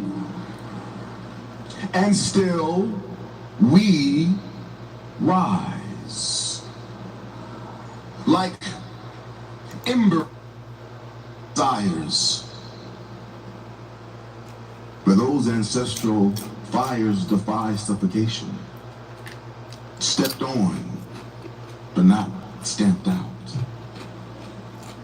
Our spirits continue to dance through subjugation at every junction on our traumatic journey. We transform pain into celebratory mode, communicate code in a language colonizers can't understand, they can't decipher, but they attempt to copy because they know it's clever and cool. And still, we rise. Like embers in a wildly whistling wind. Like the love-struck sun chasing the coy moon. Like blunt smoke and our parents' blood pressure. We wear this oppressive air with such an impressive flair. Only the few astute, truly fascinated by the truth, dare view our struggle to survive as art in motion. For we are abstract, admired for how we create culture from scratch with scraps. And like indigenous land, we watch it get co-opted, ransacked, and raped. And then draped in lies of meritocracy to justify the equity gap. And we dance and we rap. You see, the art of being black is often an acrobatic act. That's a deep ass statement. The art of being black is like an acrobatic act. That's a bar. The boy could have rapped. He could have had such a strong message in hip hop. A lot of times, especially for people my age, which is a little bit older than a lot of y'all, you're not really looking at. Well, that's not true. I'm not gonna say we're not really looking at rap like that. We did. We looked at rap like that because we love rap, but the technology wasn't there, and that's probably hard for somebody from a younger generation to understand. So I could almost look at it like somebody in Africa, right, never having shoes. Well, even Jesse Owens, to just have a real life situation. When he was in the Olympics, he was running with no shoes because black people didn't have money. So Adidas came to them and said, yo, where are our shoes? And he was like, bet. He won. He won. Obviously, that kicked off the company. They like, shit, our shoes the shit. We won that Olympic. Bam, company created. So if you don't have it, you don't miss it. But if you add it to your life, it can only enhance you. So that we didn't have the technology at that time. So we could, have a big message. It's not 1,000 billion rappers. It was only just the people who could get a record deal or who could move to New York. Blasey Skippy woo. But now today, the message is so much larger. Anybody, everybody with a voice can have one. But it's not like black people or older people my age is trying to do that now. We've already kind of moved away. They didn't bring the shoes to us at the Olympics. We ran, if we won, we didn't, or we not. So now shoes is just some shit we walk around the park in. We're not trying to run. We're not trying to. Music is just something we entertain ourselves with and listen to. So him being a person at my age bracket, even older than me, he didn't look to hip hop to put a voice out there. He looked to poetry. But poetry is less it's less consumed. It's less heard. Like, you're not walking around and somebody say, hey, before you leave, boy, bump this motherfucking poetry shit while you riding up there. Like, you don't even hear people say that to you. You're not walking in the store and motherfucker be like, say, what you listening to? Hey, man, this poetry album just came. Like, it's not happening. It's when I tell you it's so far-fetched, it's like walking down the street and $1 million is sitting in a briefcase in front of you. That's how far-fetched it is. And you could get the money and just start spending it how you want to. It ain't no gangsters gonna call you and be like, hey, okay, you picked up the wrong case. Like, that's not gonna happen. You just get the money. It's far-fetched. You know what I'm saying? So I think he would have had a better messaging had he came out with a rap album of his own and he had a way to put the message into the ethos and we would have took it. But I think the way they do with the fucking celebrityism and who's hot, who's not, and all that top numbers in the billboards, that matter to people. So then they won't put a message out there so you can understand. So if you're scared to put your voice and your message out there in your youth and you're not going to use the technology to do it when you're older, then you're not going to put the messaging out there in your craft. If you're an actor, you're not going to create your own product. You're not going to create your own thing because you might not believe so wholeheartedly in the message that you're trying to put out. Just to say real quick, I don't do that at other films. And my company, the message is in the mix, in the film. You can watch my movie right now. It's on Tubi. It's called Kill a Rapper. It's actually literally on YouTube as well. It's free. Kill a Rapper. put that in there. Kill a Rapper Hood Films on YouTube. You'll see my movie is also on Tubi, and the messaging is in the film. Not overdone, not overlaid, but seasoned in that joint like some dope chicken you love to eat. It's in the message, and I'm not going to stop that. I'm not going to get a job or get a career or get an objective and then forget my message. That's crazy. So I think that that's where they missed it at, you know. So now we have to hear his messaging through a poem, and I never even heard that shit in my life. I never even knew he did poetry. So, you know, not to diss him or talk down on his career objectives, but it was just like, damn, I would have wanted to hear more. And we consume more hip-hop. That's just what the world is today.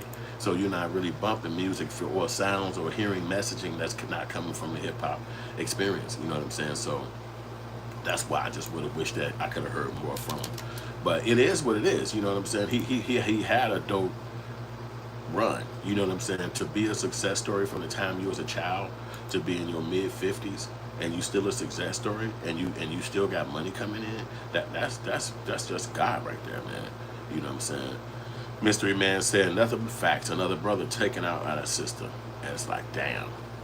You know what I'm saying? So it's like you don't know. People want to believe that it's the truth. Is it true?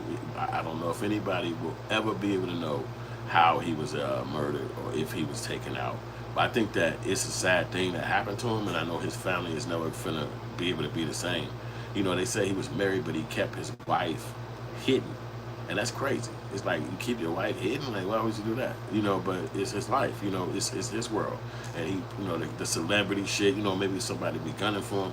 See, when people be so quiet like that, and they don't have a message that they put out, you really just don't know what happened. You know, they said Prince died in his elevator.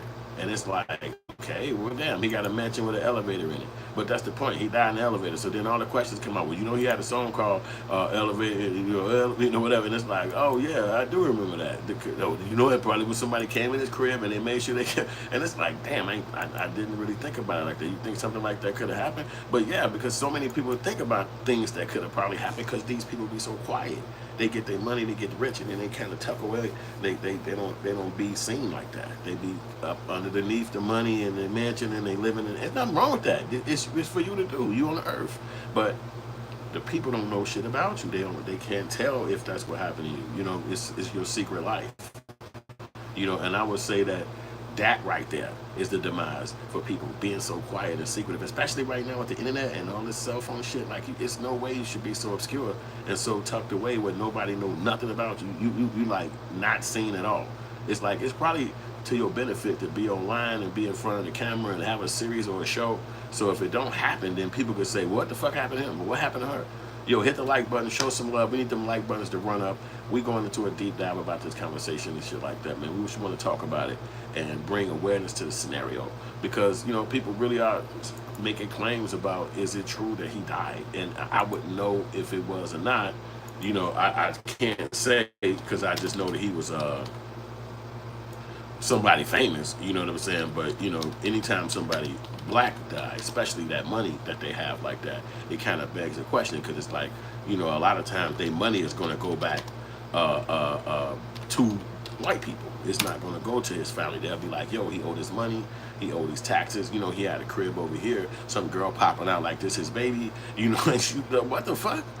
Y'all lying. Like, ma'am, you're going to have to come to court and iron this out. You can pay all these fees and shit. By the time she get to sit still, the money been yanked out the damn bank account, and she's sitting back like, they left me with $800,000. I thought this nigga was a millionaire. But you gotta pay all these fees and shit. I'm like, oh, how long y'all been married? Well, if you ain't been married for 6 years, you can't access his trust. And, you know, he really had his mother name was on these forms, and you really ain't tight with the mom and shit like that. But that's kind of hidden information. People don't know that. Like, it's a lot of dynamics that could come about with the obscurity that they live under and being quiet and not really letting nobody know what's going on with them, and then something go down. Now, obviously, somebody like P. Diddy, it ain't like we trying to find out what the fuck he up to, because motherfucker up to some no good shit, and it ain't like you really want to know. Like, hey, what y'all was doing Friday? And he be like, boy, hold this baby oil. Let me tell you. You be like, hold this baby oil. Let me tell you. You be like, baby oil, why I gotta hold this? Nah, you gonna laugh about this story. But, you know, a lot of guys ain't necessarily using a money for good. Some motherfuckers are using it for evil, and it's coming out. But I don't think he was doing that. Let's let the little news tell us what happened to him. Well, let me read the messages though. Glendale said, I believe Michael Jamal Warner was very well adjusted to the black culture. He believed in his people. Okay, that's dope to say. Avery said, wearing a beach shirt to someone who died on the beach is diabolical. Bro, your brain going into a whole nother method, man. Your brain's digging, bro. Your brain working. Let me read that one again. Wearing a beach shirt to someone who died on a beach is diabolical. Bro, that's the best comment of the day, damn near, man. Let's get to it. All right, now to, I think, something that surprised all of us when we saw it pop up. A stunning death of actor Malcolm Jamal Warner, who rose to fame. You know that face. He still looks exactly like Theo Huxtable on The Cosby Show. Investigators say in Costa Rica, he drowned after getting caught in a rough current. ABC's Victor Pendo joins us live from San Jose in Costa Rica with the latest. Victor, it is just something I think that hit everybody because we all grew up with the Huxtables. Right, you either watched him grow up or you grew up with them. So overnight, here's the latest that we heard from Costa Rica's Red Cross. They're the ones that responded to the beach where this happened. When they arrived, they said that bystanders pulled two men. Sorry about that. It's a little loud here in San Jose. Pulled two men from the water. One of them was in critical condition. The other was Malcolm Jamal Warner. Tragically, the beloved actor died at the scene. Yes, this is Theodore Huxtable. This morning, fans around the country mourning the tragic loss of The Cosby Show star Malcolm Jamal Warner. You will always be my son. Thanks, Dad.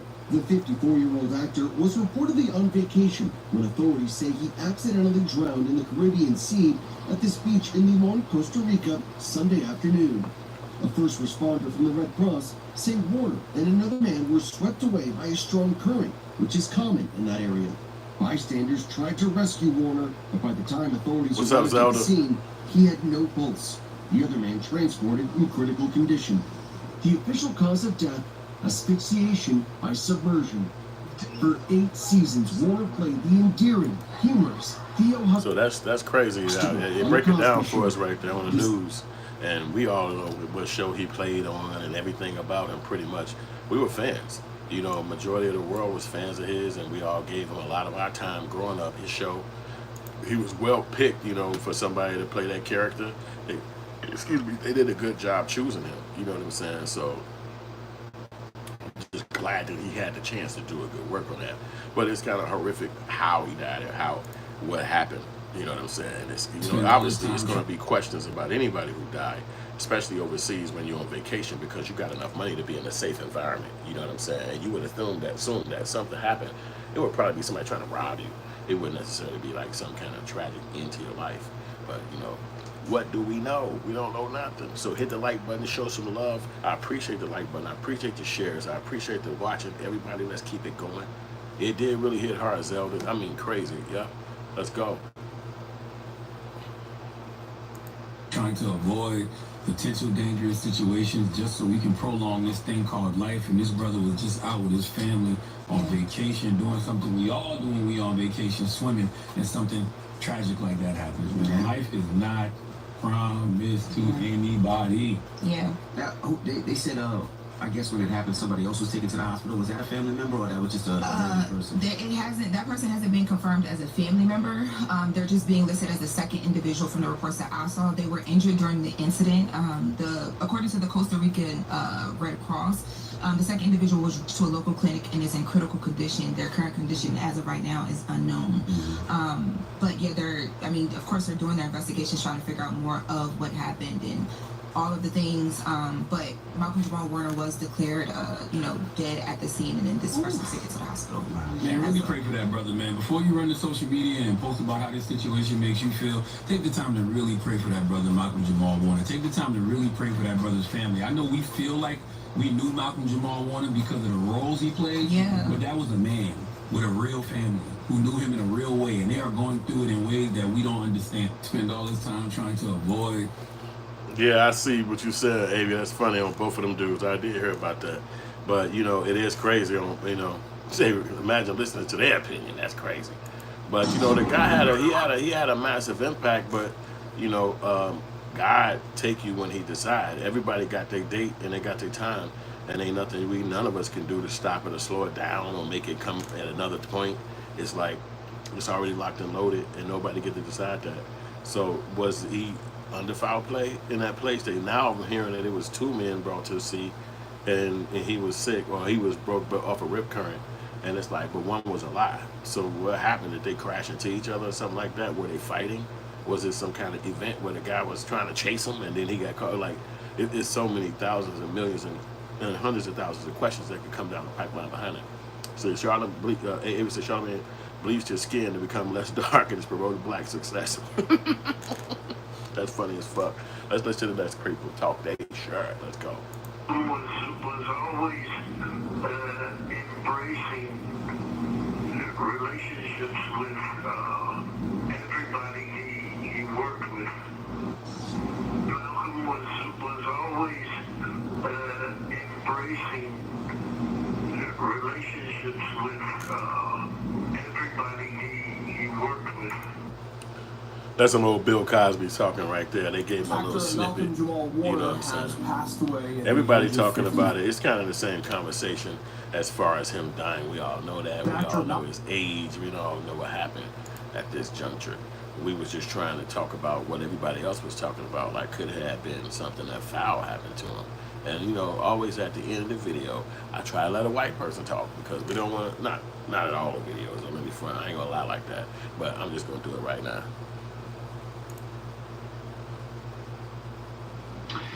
We lost Theo. Hello, my friend. It is Perez, the queen of all media, the original influencer, and people around my age. I am 47. We are really feeling this today. As I shared with you earlier, actor Malcolm Jamal Warner, best known from his beloved and iconic part on The Cosby Show, where he played son Theo Huxtable, has died. A lot of people out there are saying...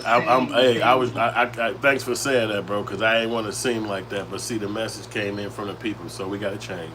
I ain't want to say... I'm just clicking whoever the fuck online. I don't know who this motherfucker is. I ain't never seen him before in my damn life. But that's funny as hell. But let's get back to Malcolm. Here go the next video. Yes, I got the flower on my hair. Today's my daughter's birthday. She put the flower there, so I'm rocking it. But it's a beautiful day here in Atlanta. I just wanted to shout out and just spread some love and some good cheer. And you know what? Life is out here lifing, right? For me and for everybody else. But just wanted to remind you, as I remind myself, that no matter what's going on, there's always a reason to smile. And if you just take a minute to stop and take stock, I guarantee you can find at least one reason to smile. And if for some reason you can't find a reason to smile, then that's probably the best time to be the reason for somebody else to smile. So, find a smile for yourself and be a reason for someone else to smile. That's all about. Listen to love has been a minute. Peace and love. They said that was his last message that he ever put out to the world right there. And that was a dope ass message, man. Showing peace, love, and all that stuff. You know, you never know when your last day is, and that's just really a good point in how fast you could be gone from this earth and what the importance of social media is, because now from the time he was a teenager, from his first interview to that interview we just watched right there, that's an encapsulation of his life, the bookend. That's the bookend. Now obviously he had a life before TV, but we wouldn't know what that life was. And then now you encapsulate him to today, or that 3 weeks, 2 days, 5 days ago when he shot that video, and that's his life and everything in between it.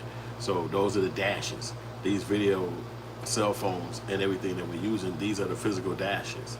The dashes that the first day you decide to say, hey, I'm gonna be online. Let me put my first picture on Instagram. Let me follow my friend from Facebook, until the future of your life, when one day you're not here no more, but you made a post that morning, that day, that night, or the day before, and then that's it. You know what I'm saying? So it's like you never know your legacy and how far and how strong it's gonna how it's going to push into the world. You know what I'm saying? But you just got to do what you got to do, and life is lifing, and that's a good thing that he said, because when you get in super ages, like in your 50s and shit like that, you have a lot of reflection. You know what I'm saying? A lot of reflection about people you ran into, people you was tight with, people you probably not tight with no more, relationships you had, you know what I'm saying? Motherfuckers who probably talked you into doing some dumb shit, motherfuckers who probably talked you into doing some good shit, you know, maybe things you tried to go after that didn't work, or things you probably went after that did work, and you changed your mind when you got there. So you have a lot of reflection in your life. So you can see that he was, I think, at a peaceful point in his life. You know what I'm saying? He wasn't like he said, I haven't hurt nobody, so I feel good in my life about that. Who could say that at the last end of their day, that you haven't hurt nobody, especially currently, not in your extension of your life, but now, today? Who could say that? Like, yo, I haven't hurt nobody. You know what I'm saying? So it's just life, you know what I'm saying? And can't nobody really determine what's gonna happen. Yo, thanks for the like, thanks for the love. I appreciate that, A. So I was trying to just show as many videos as I could about him, and see as much conversation about him as I could. I think Felicia Rashad said something. I don't know if she did, No wonder but we gonna Felicia click Rashad it didn't and see what immediately that. react to But Malcolm she Jamal said, Warner's death. The real reason is truly moving. Warner created many iconic roles, especially Theo Huxtable in The Cosby Show and Dr. Austin in The Resident. He was beloved by many fans. The news of his passing is truly heartbreaking. Many celebrities immediately expressed their heavy hearts. Bill Cosby said Warner's death felt like his own son had been killed. Angela Bassett not only reflected on their work together in friendship, but she also highlighted Warner's generosity and talent. Tracy Ellis Ross also expressed her deep sorrow at losing Warner. These reactions deeply moved the fans. However, some people noticed that as Theo's mother in The Cosby Show, Rashad did not immediately respond to the news of his death. This caused some people to feel upset. In fact, outside of work, Rashad doesn't like to see herself as a celebrity. She is also a very private person. She didn't feel the need to post about it on social media. It's understandable to grieve privately. And reportedly, Rashad had a phone call with Cosby that day. And no wonder Felicia Rashad didn't immediately... That's crazy how people hold you to the fire like that. Like, hey, you didn't say nothing. Talk, take a statement. But that goes back to the point about how important the social media is. Even a small statement like, I'm sending my condolences, I'm so sorry for his loss, that's still saying something. But not saying nothing, and now you got speculation. Hey, were they in beef with each other? Did she like him all the time? Did they ever have they spoken in a long time? Because they were celebrities. The celebrity punch is big. It don't wipe off. You know, and again, this is why a lot of people sign contracts, because ultimately they're getting the fame. You know, the people who having you sign a contract, they're gonna give you the fame. That's what they passing away. That's what they giving to you. So you are gonna be able to take the fame and do whatever the fuck you want to do. You can do concerts, sell T-shirts, you know, do events. You can, you know, be at churches giving speeches. But you are gonna get fame. And so that's why they'll sign away their name, likeness, and all that stuff, because they're gonna have fame. And when the contract is up, now you know nationwide, you know worldwide, you can take that money and do what you want to do to continue to use the fame, to take care of your life. Some people, the fame is not good enough. They get into some kind of trouble, and the fame can't last no more. And the money already gone, because you already gave up your fame for the money. So you gave up your name and likeness for the money, and they give you the fame. So let's go with AA. We said people want his mom to make a message on IG. RIP, bro, that's his mom. Laugh my ass off. Of course she ain't gonna hop online and send a post and edit it. Yeah, that's true. You know, and it's gonna be weird for everybody, especially somebody that's close to him. I'm talking about real close to him like that, because when you think about it, they have to spend a lot of money on his death and the fact that he's passed on. And what if he didn't put the records of his information in nobody's hands? Now you got to go down there and tell all these white folks at the banks, like, yuck, look, this official, here's my forms, and they like, it's gonna take 2 weeks for us to get officialize this, you know. Hey, you can't do that, we need to speed this up. It's like, I'm sorry, this is what it is. Mr. Johnson on motherfucking vacation, he can't fucking help Rich Knight right now, and it's like, oh my God, what the fuck? Yo, K.O. Johnston said, when you're grieving such a great loss, you don't know where you're coming or going, and definitely not thinking about social media and the public. Yeah, that's true, and especially, you know, him being the actual the breadwinner in the family, where he actually is the person who making the lump sum of money, and everybody relying on him to pay for everything. He's the guy who's supposed to be, you know, taking care of the family. He the man in charge and all this shit. Then people looking forward to him to take care of the family. You know what I'm saying? But now he gone, and it's like, well, shit. You know what? Imagine what him being the man of the household, and there not being a husband from the mother, and him being the only son. Now that void is there. Now it's just the mother. It's all three women left by themselves. You know what I'm saying? So this is where Charlamagne was saying that instead of just talking about his impact in the media and his impact in, you know, black community, think about it from that perspective, that his family is really going to really be missing him now. And it's not going to be no more Malcolm Jamal Warner. It's not going to be no more, this is our family.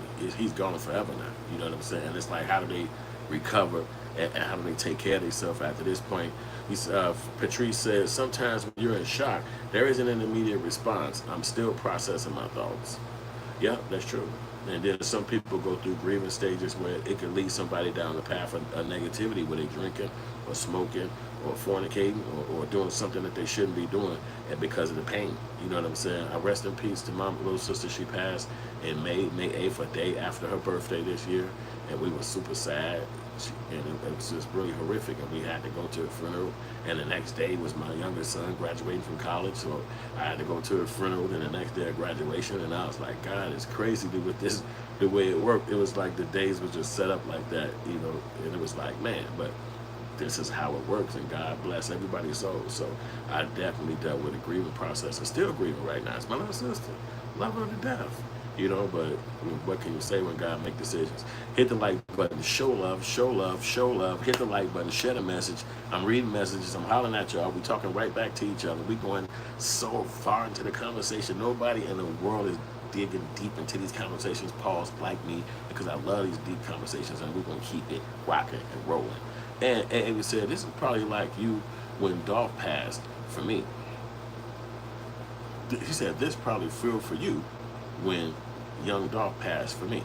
Well, you know, I was a fan of it, bro, but I'm not gonna say I was in that regard. I would say maybe somebody like when Tupac died. You know, I was very young at that time, and it hit me over the head. You know, we was the same age, close to the same age. So, but for this brother, I think that the message that we putting out is more important than feelings. You know what I'm saying? So I'm not like distraught like somebody in his family would be. You know what I'm saying? I understand the process of life. You know what I'm saying? We gonna live, and then God gonna take us, and there's not no deciding factor of what day or date. Now you can speed the process up with a billion things you could do yourself if you feel like it, like jumping out of planes or climbing mountains with no gear, and there's 1,000 things you can do and shit to just be like, hey, you know what? I'll go ahead and, you know, speed the process up. You know what I'm saying? Let me date this girl who married. You know, and see if it pisses her husband off. You know, it's things that you can do to make your process speed up. But, you know, and rest in peace to Dolph too, because I was a fan of that young dude, but obviously he was a little younger than me, so I didn't know all his songs like that. You know what I'm saying? But yeah, Felicia Rashad, she was sad. Everybody, Charlamagne and them talking about it. And old girl Regina, she said, I didn't even know she knew him like that. But y'all know who I'm talking about. Regina King, that is her name. Let's see what she got to say about it. No wonder Regina Renee King hasn't reacted to Malcolm Jamal Warner's death. The reason behind this is thought-provoking. Recently, Malcolm tragically passed away by drowning, and many celebrities have expressed their condolences for his death. However, Regina King, the actress who became famous alongside Malcolm for her role in a sitcom, has not responded to his death in any way. It is worth mentioning that they started dating in 2011, and even after their breakup, they seem to maintain a friendly relationship. But why hasn't Regina publicly mourned Malcolm's death? In fact, Malcolm had deeply hurt Regina. During 2011, their relationship was stable and low-key. But 2 years later, Malcolm suddenly ended the relationship. It is reported that he told Regina he no longer had feelings for her and asked her and her son to move out of their shared home immediately. Later, Regina hinted in an interview that Malcolm broke up with her on Valentine's Day. After telling her he no longer had feelings for her, he gave her a bouquet of flowers with a note saying, "I still love you," which made Regina feel both angry and confused, so she threw the flowers in the trash. Do you think? No wonder Regina Renee King hasn't reacted to Malcolm. Now that's deep right there. See, I didn't know he dated her. Like I said, it's a lot about, bro, I didn't even know. I didn't know he dated her. You know, it was 2011. Let's see how long that was. It's not that far away. See, they've been knowing each other probably since they were little children. You know what I'm saying? But then you talk about 2011. So that's probably about 15 years ago or some shit like that. And then they get together. But I think that they were trying to see what they're going to be able to get married. Then continue to be Hollywood workers. You know how people be trying to link up like Jay-Z and Beyonce and all that shit? But, you know what I'm saying? I don't know. Say, bro, people got to stop digging in people's personal relations like they're weirdos. They weren't there. Let private shit be private. You know, when you're a celebrity, hey, that's not how it works. As soon as you get on anybody TV, or anybody's show and you start being a character, it's done. All of that is over with. You become food.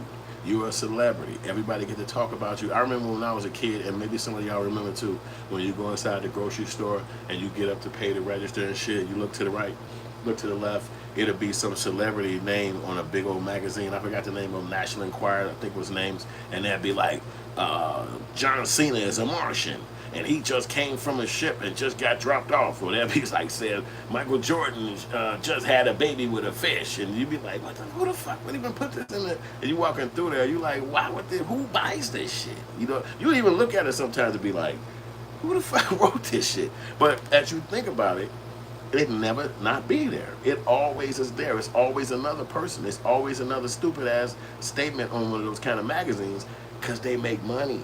Because those magazines are success. People watch that shit. People are interested in even outlandish crazy shit like that. Conspiracy theories. You didn't sit up yourself, me myself too, and then watch the FBI files or some kind of Discovery Channel shit where it's like when the dinosaurs were here, or we're 5,000 miles away from Saturn. All this shit is made up. We don't think about it being made up because maybe what they taught us in school, but it's just made up television. It's fucking made up. Dinosaurs, the moon, going to all of that, that shit's made up. Why? Because our imaginations. You can imagine some shit too. And if it's dope enough, they'll continue to create your imagination all the way to today. And further from, so not today, but into the future. It's an imagination of a writer, of a creator, and then people just keep expounding on it. And then it be so expounded upon that it started becoming culturally accepted. But it's not exactly facts. It's not exactly tangible where you can see it yourself. It's actually just made up by people. And then the more we believe it, the more it's emphasized. So that don't mean it's legit. That don't mean it's been proven. So this is why, as a creator, you have a chance to do that too. You can add your own thing to the ethos, and then in the future tense, people will be like, wow, they'll be thinking of new things that you said and did, but that didn't probably even really happen. You understand what I'm saying? So, but this is what people do. It's the human traits. So if you're a celebrity, people are gonna talk about you. If you're a celebrity, you getting your name thrown in all kind of shit. It don't matter if you like it or not. Yo, James White says, celebrating each day is important. You think no one is above the law. No one is above not waking up in the AM. So don't act like you have forever. Excuse me. That is critically true. Because you're right, we get so caught up in creature comforts and human life and human reality, human being, we don't really realize the elements of life, because when you're gone, it's forever. And it's like the lifelessness of a human. And it's hard to accept. You know what I'm saying? It's hard to fathom. You know what I'm saying? And you have to accept it. You have to get with it and go. And this brother who left an impact for us can have us conversating and conversing about his life and talking about what he did, you know, as the entertainment realm. But his loss is not going to be as deep as his family not ever seeing him again. Even his ex-girlfriend, who might even have some kind of feeling for him because he said she broke up with him, that she probably never was able to clear up or fix, you know, and then he ended up getting married to somebody else. So was he going to get married to somebody else the whole time?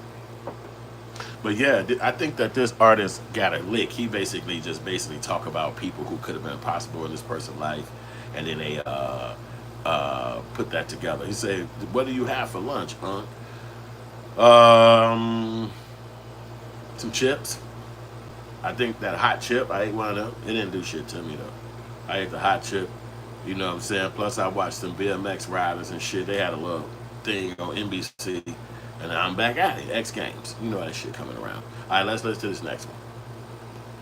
Jamal Warner's mother remained silent since his death. After losing her only son, no one realized she was about to make 3 painful decisions. Following Warner's passing, numerous celebrities in the entertainment industry spoke out to pay their tributes. However, it is puzzling that his mother, who was quite active in public view before, has not made any mourning remarks and has not even released an obituary. All of this stems from the 3 decisions she has made. First, she wants to find out the truth about his death. Warner has always been cautious, yet he was in a dangerous area. At the time, another drowning victim was rescued, but he alone died. This is full of doubts. In his his last podcast, he spoke emotionally about the erasure of black soldiers' information in Arlington National Cemetery, calling it an erasure of black struggle history. Did this anger certain people and lead to his murder? Second, she wants to protect her son's family. Warner met his current wife when he was 45. Although he never disclosed information about his wife, he often expressed his love for her. The two also have an 8-year-old child, which is what he was most worried about. Therefore, she wants to protect them. Finally, the reason why she did not send any messages is that the pain of losing her son. Why has Malcolm...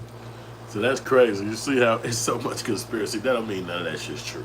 But obviously it do mean that he did have a wife, and I have heard that he kept her secret. You know, she was a celebrity like Regina, and he didn't marry Regina. You know what I'm saying? So for whatever her personality was, but I think probably because she was a pre-made family. She had a kid, the kid's still growing up, coming home every night. It's like, you ain't got no kid. It's like, hey, I think I'm young enough to still have a baby. I don't know if I want to keep, you know what I'm saying, doing this. And then they break up, and now he on his own, she on her own. And the question is, what do they do now? You know what I'm saying? But they gone. It's the relationship didn't work out. So it's like, I'm not going to keep trying to stay with you and see if we're going to have a thing. It ain't no thing. We gone. Bye. You know what I'm saying? So that the relationships are relationships. And not the BMX riders. God damn it. He said, you love the white boys on tour. Hey, the rest of y'all don't know.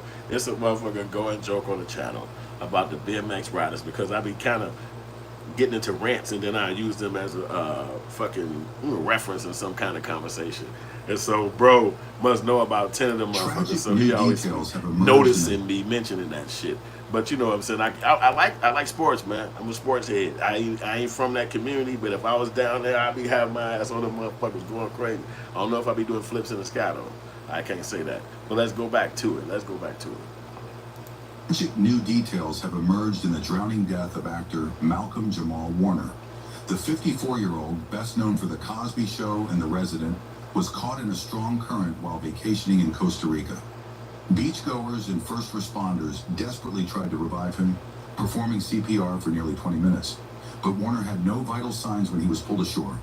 Officials confirmed he died from the lack of oxygen caused by submersion. It has now been revealed that another man was also dragged out by the current and remains in critical condition. Tragic new details have emerged in the drowning. Yeah, it's sad, man. We got to figure out what happened to him. See, now you done put my information out there. That's why they won't let me on the goddamn BMX team, man. They tell me my shit modified. I keep telling them I bought this bike like this. I keep telling them I bought my bike like that. I did not. That bike was bought like that, bro. From Chirac, he got a Glock with a switch attachment on the front of the bicycle, and I didn't do it. You can order that. I'm gonna give y'all the wipes. I'm gonna give y'all the website. Redman say he got smoked. Yo, it's crazy, man. That dude going like that. But you see, it's people talking about it. It's people having conversations about it. And then there's conspiracy theories coming down the pipeline. You heard the guy say that he said something about Arlington. What the fuck? It's like, you know, again, you just don't be knowing. Like, huh? Arlington Cemetery. Like, huh? I'm not familiar too much with what the Arlington Cemetery is, and shit like what they do there. You know what I mean? I think I know. You know what I'm saying? Like, I heard it when I was younger, but I just don't know too much about it. I'm about to look it up. Arlington Cemetery. Yeah, because I think I heard about that when I was a kid. Maybe something like on TV, or I think like the Army do something there or something like that. It says Arlington Cemetery in Virginia is the largest cemetery in the United States, one or two maintained United States Army. Okay, maintained by the United, and one or two maintained by the United States Army. Okay, that's what it is.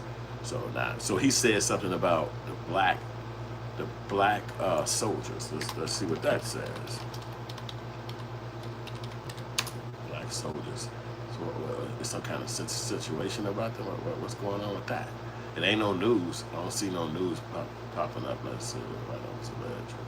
Yeah, so it's really nothing that I see that came down there. But it do say Arlington Cemetery, black soldiers.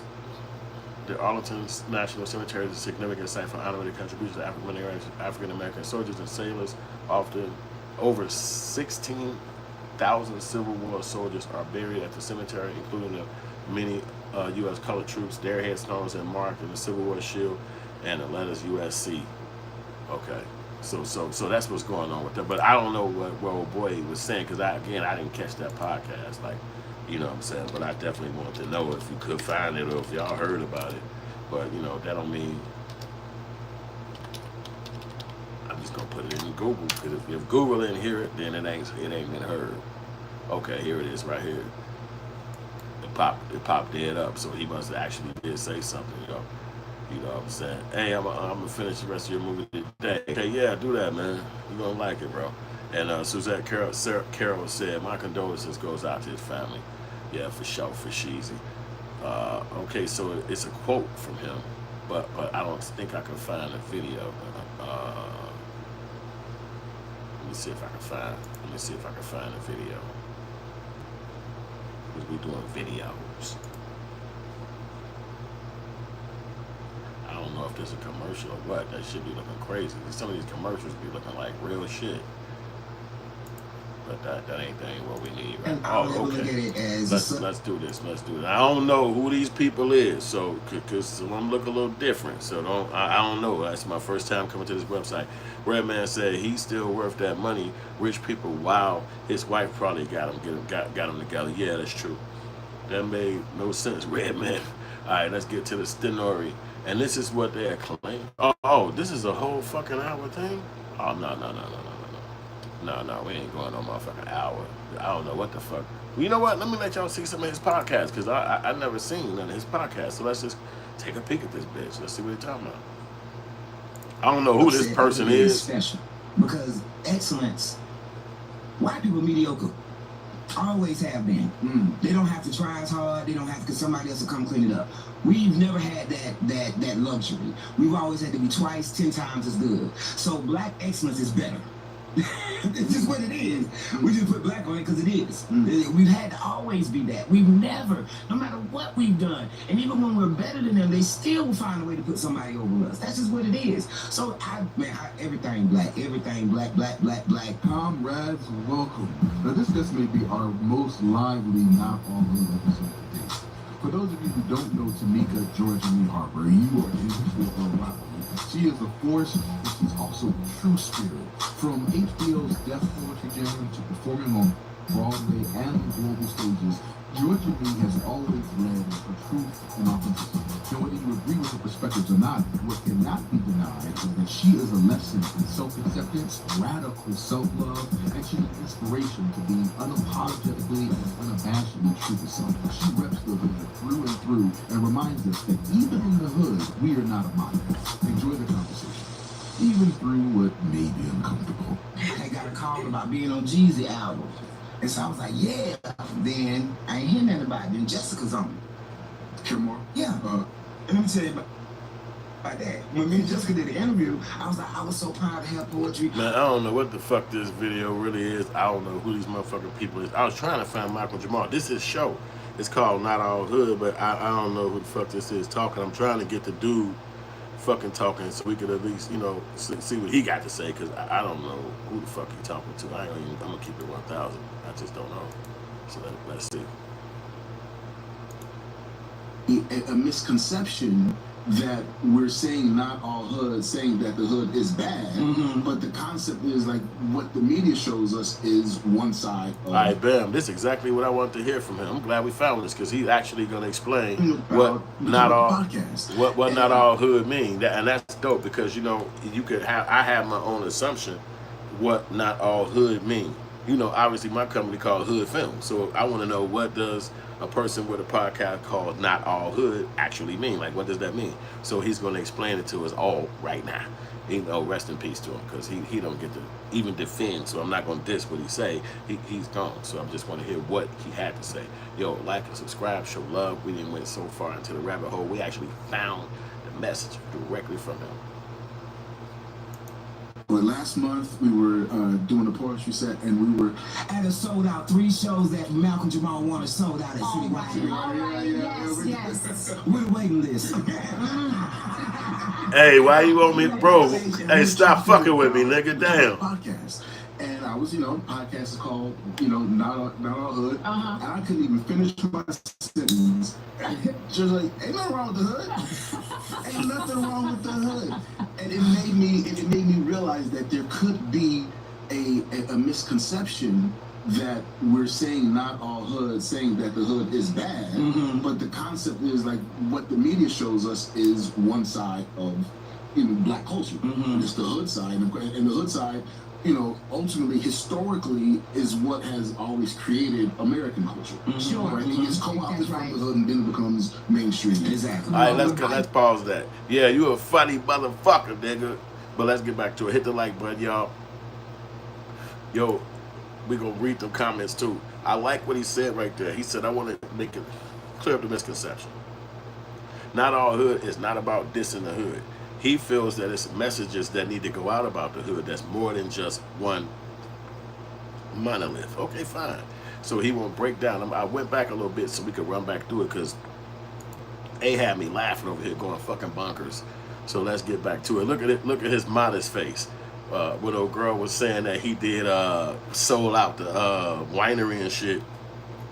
This is modest face, like, damn, I did a good job. I wasn't trying to. It's just how it worked out.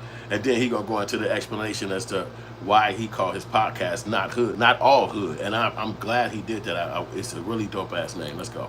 Was that Malcolm Jamal Warner sold out at City Rock? All right, yes. We're waiting list.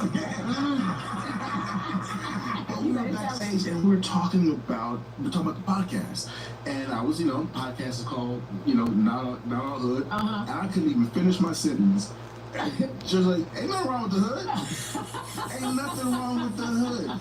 And it made me realize that there could be a misconception that we're saying not all hood, saying that the hood is bad, but the concept is like what the media shows us is one side of black culture. It's the hood side, and the hood side, ultimately, historically, is what has always created American culture. Sure. Right? It gets co-opted from the hood and then becomes mainstream. Exactly. And that's dope. That's dope real quick. He said it's co-opted from the hood and then it becomes mainstream. And so the young person or the young artist in the hood don't really understand that what they do is the biggest impact in the world. It reverberates. It's like a wave. It's like a rip current, if you want to call it that. If you're a creator and you're creating something, if it get out to the world, it literally will change the world. That's really what TikTok is all about. Because now everybody don't realize their power. They don't realize what their influence is because there's so many of us. You'll jump out there, you do your thing, a TikTok dance or whatever, and then it go viral. Now everybody doing it, and you're like, wait a minute, that's my shit. I didn't get no fucking. But yeah, you don't understand your power. You don't see how to create something and then make money from it. So for instance, if you could make money from doing dances, it would be a lot of black motherfuckers that'd be rich as fuck. It would literally be rich millionaire black people because that's a natural thing you can do. Just like making songs and making music. A lot of black people be rich as fuck, but the way it works is you go through a contract, through a corporation, through a system, and then you get your music out there to the world. That's the way that game actually works. So it's not just like put it out to the world. We control the world in our culture and by what we put out because it's disseminated specifically by the white people, and they want the messages to go out a certain way. So they picking through all of the art and all of the creations and all the creative shit that come about. You can look at Africa. When they went down to the colonized those places, they took the majority of the art, majority of the creations, majority of the handcrafted shit and put it in the fucking museum in Europe. And if you're in Europe, you can go to the museums and look at this shit and be like, wow, what the fuck? But then your mind could be like, well, goddamn, how the fuck they get this shit up here? At that time, they was colonizing, they took the shit. But this was created by some people who probably didn't think it was going to be in a fucking museum one day. They were just creating some shit and set it down and walk the fuck away from it. And that's really what a creator is doing. You're making something and you walk away. You're not really looking at it like, this is the thing that's going to change the world. If you even did that, people would be like, that ain't shit. Who gives a fuck about that? But by not caring for it and then moving on doing something else, because it's your natural attribute to create things and put stuff out to the world, and there's millions of black people doing it, not just one, from inventors to singers to writers to you name a thing, that's what we do. And then people get to sift through it. That one. Ooh, okay, this girl, that guy, bring them over here. And then the ones who they really connect with and fuck with long term, like the Beyonce or somebody, you get to have a career for fucking 50 years into the future. And maybe somebody who made a song like Just Got Paid Friday Night, your song could last, but you don't really get the money like that. You understand what I'm saying? So it's coming from our culture to the mainstream culture, but it's no commerce to come back to you. as the person that created, because it's a system already set up, which means you get nothing. Your job is the creator. So if you wiggle on TikTok and everybody get a chance to see it and they could say, hey, that's the one we like, and then it's gone. But it's no funnel money back to you where you could say, hey, not only did I create that dance, but all 4 of us, we got a new dance. We're going to put that out here. Donate right here at 4 o'clock, and then you get to get the new dance. It's not going to be like that, because there's so many black people who can make this shit happen. And we don't see the power. We just want to be intertwined, integrated, intermingled with the rest of the world. We don't want to be the anomaly sitting over there like, did they like that one? You in some side like a zoo. You don't want to be that. You want to intermingle. You want to be moved to the suburbs too. You don't want to be just stuck in the projects and shit and be like, okay, what y'all do? Okay, we came up with a new dance, and little Johnny on 3rd floor, he came up with some code and shit. Okay, send that out to the world. But we still don't get the funnel back and be like, let's build our project to like this building, or let's all get our own houses. It's nothing to funnel back to you. So that's why is it good to be creator? Is it good? So don't diss the hood, because the hood ain't creating. The hood is not putting it out. The hood don't push it to the world. The hood just created, and that's all the fuck they got the control of. They don't have no way to funnel it back. You wouldn't probably have half a bad neighborhood nowhere if it was a way to create the thing and then get it out to the world. It's for instance, sometimes you see like the TV, a crew of people might be stealing from some store. Like the cars might pull up and they run in there and they might be stealing from some store. And then you be like thinking to yourself, myself at least, and I'm thinking like, well damn, if it's like 8 dudes, they could have came up with like for the Wu-Tang. Now I ain't saying it's easy. I'm not saying that they just come up with the idea and it's gonna work out. You know, I'm saying like, look what they did. Like it was 8 dudes and then they came up with, they cohesively came up with a crew of people, and they came up with this thing that they was gonna put out, and then over time, now remember, over time, from 1993, it eventually got to the world, and then they made all this money. That don't mean you're gonna be able to take care of your family every weekend and fucking go out to the fucking parties and whatever you do, or buy the nice things you want. But this is what ultimately happened. And now I be saying to myself like, damn, somebody come up with the graphics, somebody come up with the fucking design, come up with the name of the thing, and then you go and hit the streets and you put that thing out here, and then it'll come back to you. That don't mean everybody got that aptitude or that physicality or that mentality, but you just be thinking, you know what I'm saying? And it's just a thought. So I'm not dissing nobody, because it's just thought, you know what I'm saying? And when I was young, I did all kind of shit too, so it ain't no higher than thou bullshit, you know what I'm saying? But that's just my opinion. So when I look at what he was saying about not our hood, I was trying to understand what he was really trying to say, because nigga, I'm from the fucking hood. You know what I'm saying? It's my whole world, it's my whole life. I didn't look at it as a thing to stop being when I got a certain age. It's just my life. Just like if you was a hillbilly, or if you was a fucking, I don't know, whoever you are who you are. You could be from a BMX rider. There you go, AVC. I'm right back on it. Right back on it. And hit the like button, y'all. We're going to get right back to the message. Just loved I loved your take and your reminder that the hood should be as celebrated as the rest of the lanes of black culture. I feel like people feel bad about where they are in the world, or what their current situation is, and I'm like, if you have life, you're winning. And to be black in America and surviving, and not even surviving, we thrive, because there's device plan for our demise every day. So for you to still smile, still find ways to make it, and then in the hood we help each other. You know, poor people help each other more than rich people all day. In my neighborhood, my whole life growing up, we don't just borrow some sugar. It ain't no thing to borrow no sugar. I might borrow a whole chicken from Miss Ada across the street, make a whole dinner and bring her a plate. You know what I'm saying? That's my hood. I don't come from, my hood protected me. Like when Lorna talk about how the hood protected her, I was a ghetto princess. They didn't let me be on the corner after a certain time, because I was a smart, respectable young around that shit all the time. So he gonna come home and take 3 flow baths. You know what I'm saying? He gonna be fresh by 6 o'clock. And listen, don't we wish we had a trade every time you hire a plumber or someone to come and fix your sink? Don't you wish that? Or somebody in your family, you used to be somebody in everybody's family that will work on the plumbing. It don't look like Malcolm Jamal do a lot of talking. It looked like he let the people talk. You know, sometimes you like that in interviewers, but it don't look like he do a lot of talking. So far, I don't see a lot of talking on his shit where he's actually doing the talk. I'm trying to find that where you can get more insight from him, but it looked like he let the actual interview person do the talking. So we're gonna try to skip through it so we can get any insight from him because it's an hour video. I thought it was gonna be something short, but this shit's an hour, so it's like, goddamn. A subjugating this earth, because black soldiers, black military.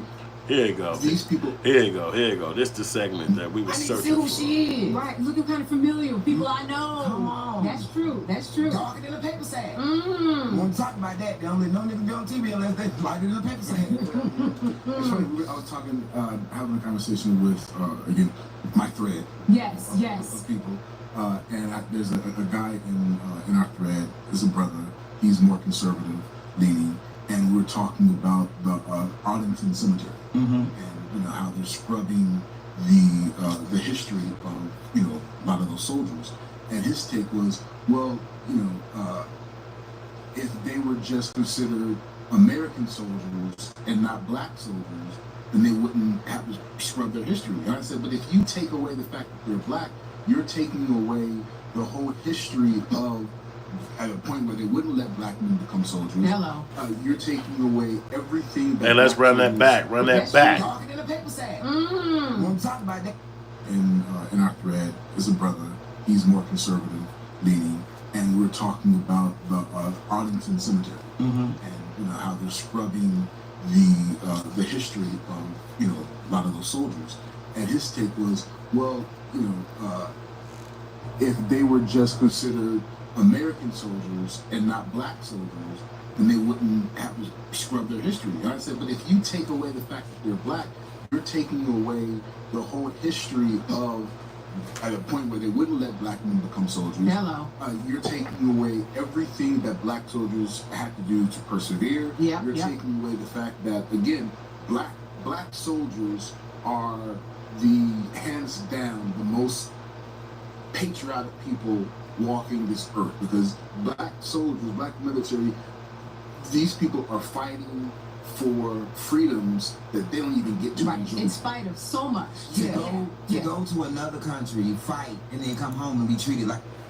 Hey, that was deep shit what he said, and I want to just capsulate that a little bit, because he talking about the black soldier's name. Now I get it, because I didn't understand what he was talking about, and I heard about that slightly, where they were saying I think Trump was trying to like delete a lot of black names and shit like that from the history and all that stuff. So we should talk about stuff like that too, because that's intriguing, and it's kind of weird, because it's almost like,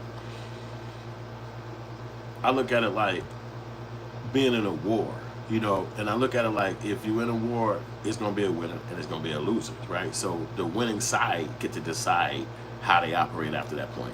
Now, you can be mad or you can win the war. You understand what I'm saying? But otherwise, if you lose the war, then this is what the people on the other side get to do.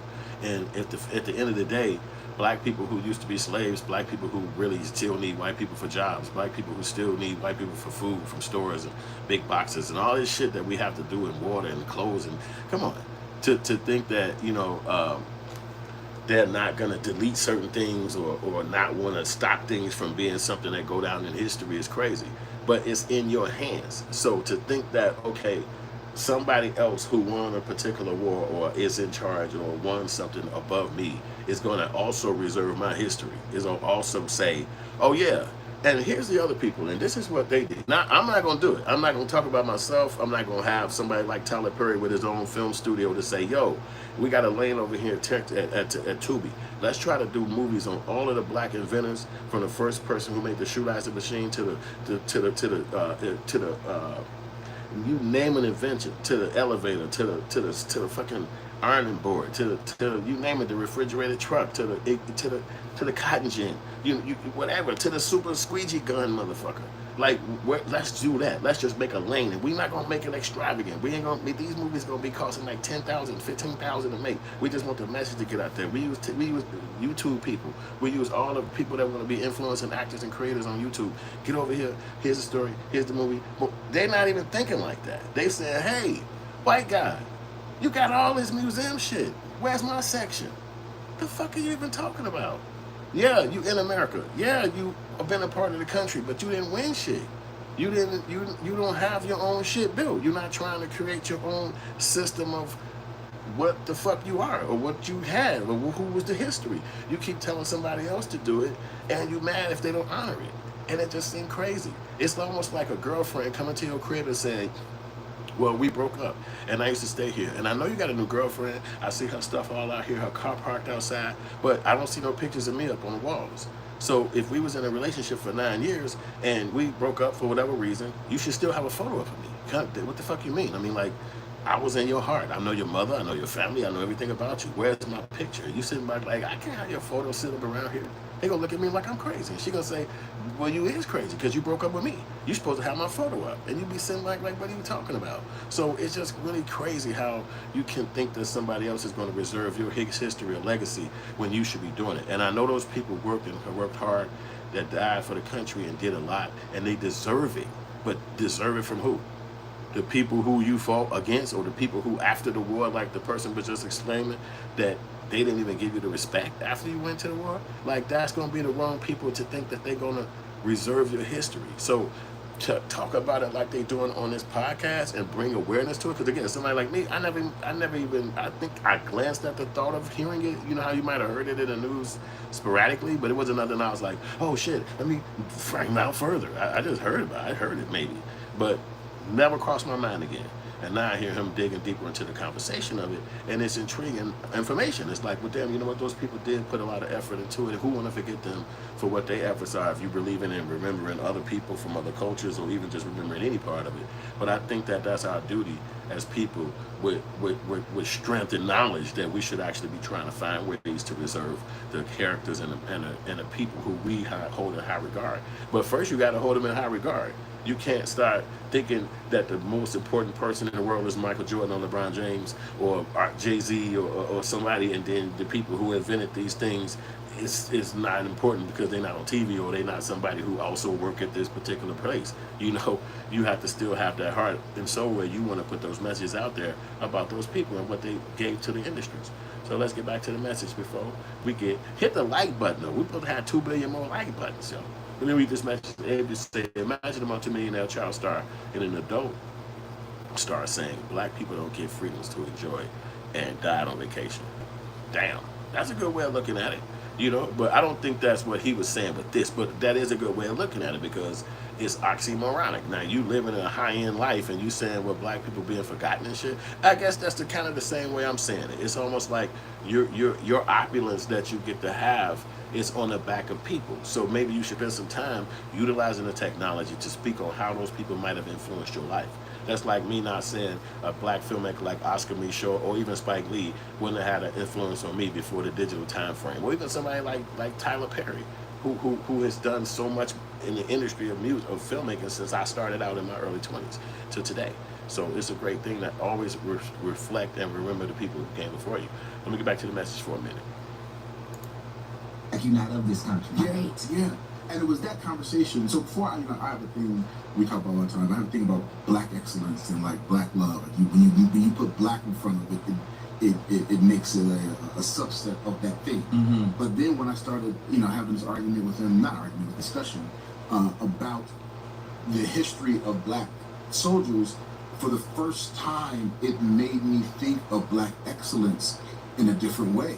Mm-hmm. Right? Like because black excellence now is attributed to fame and money. Never. So that's been my issue. Never for me.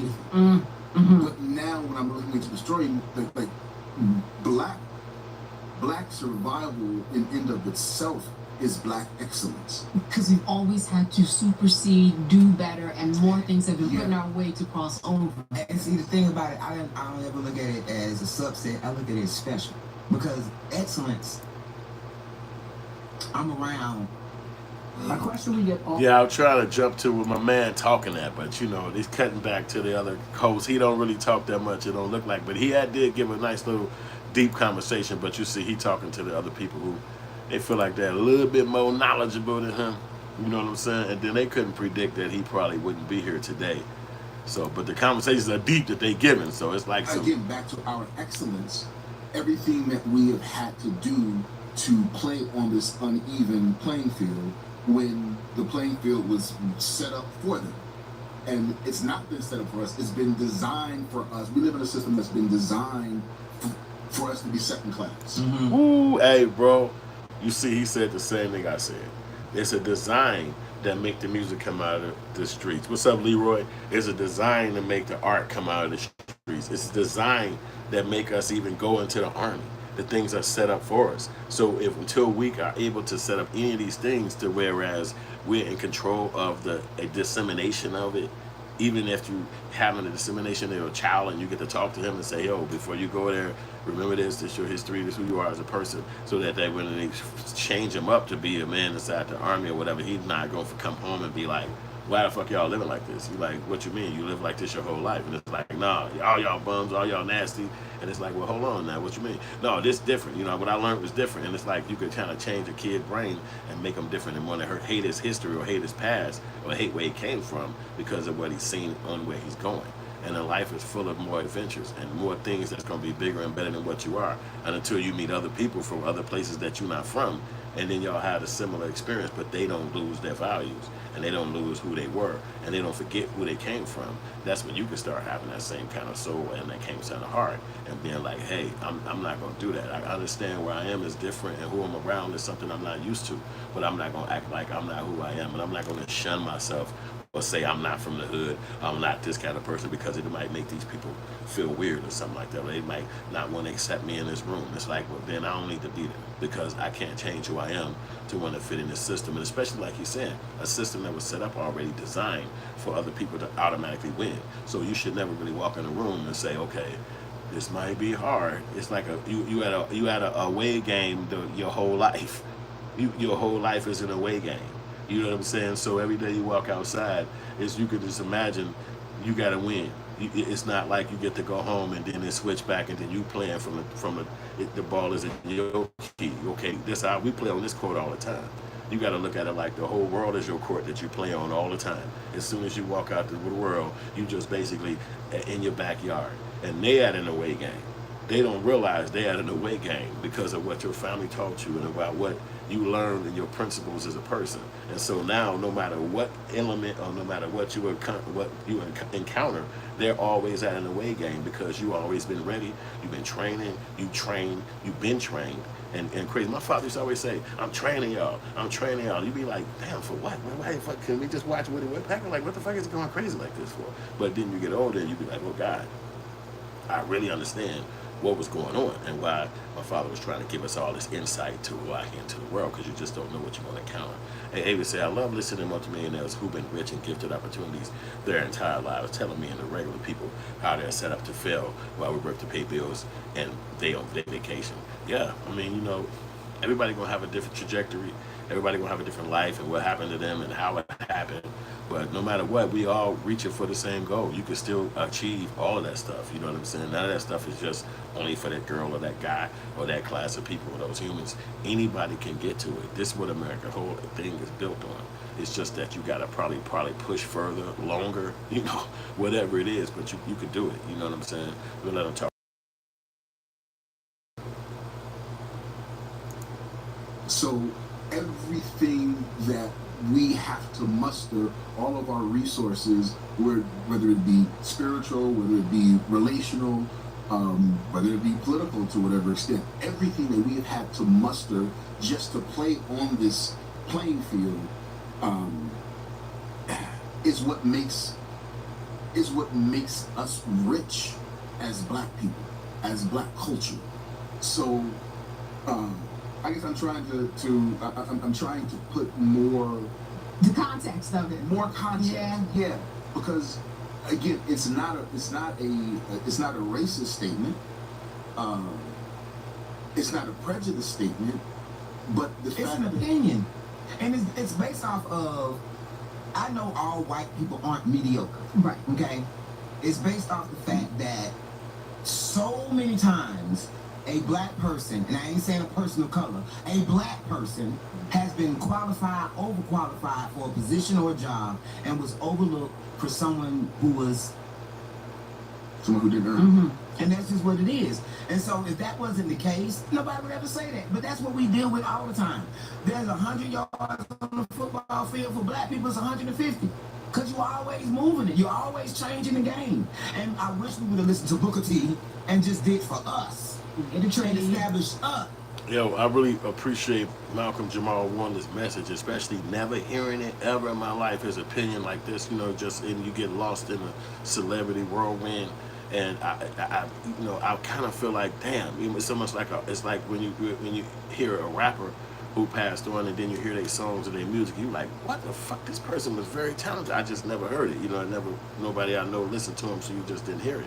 And then something, you know, it's all on the news, and then you hear it and be like, damn, this person was making music like this. I never fucking imagined it. You know what I'm saying? So when you hear this guy talk, it's almost refreshing. It's like, so this is what he thought like?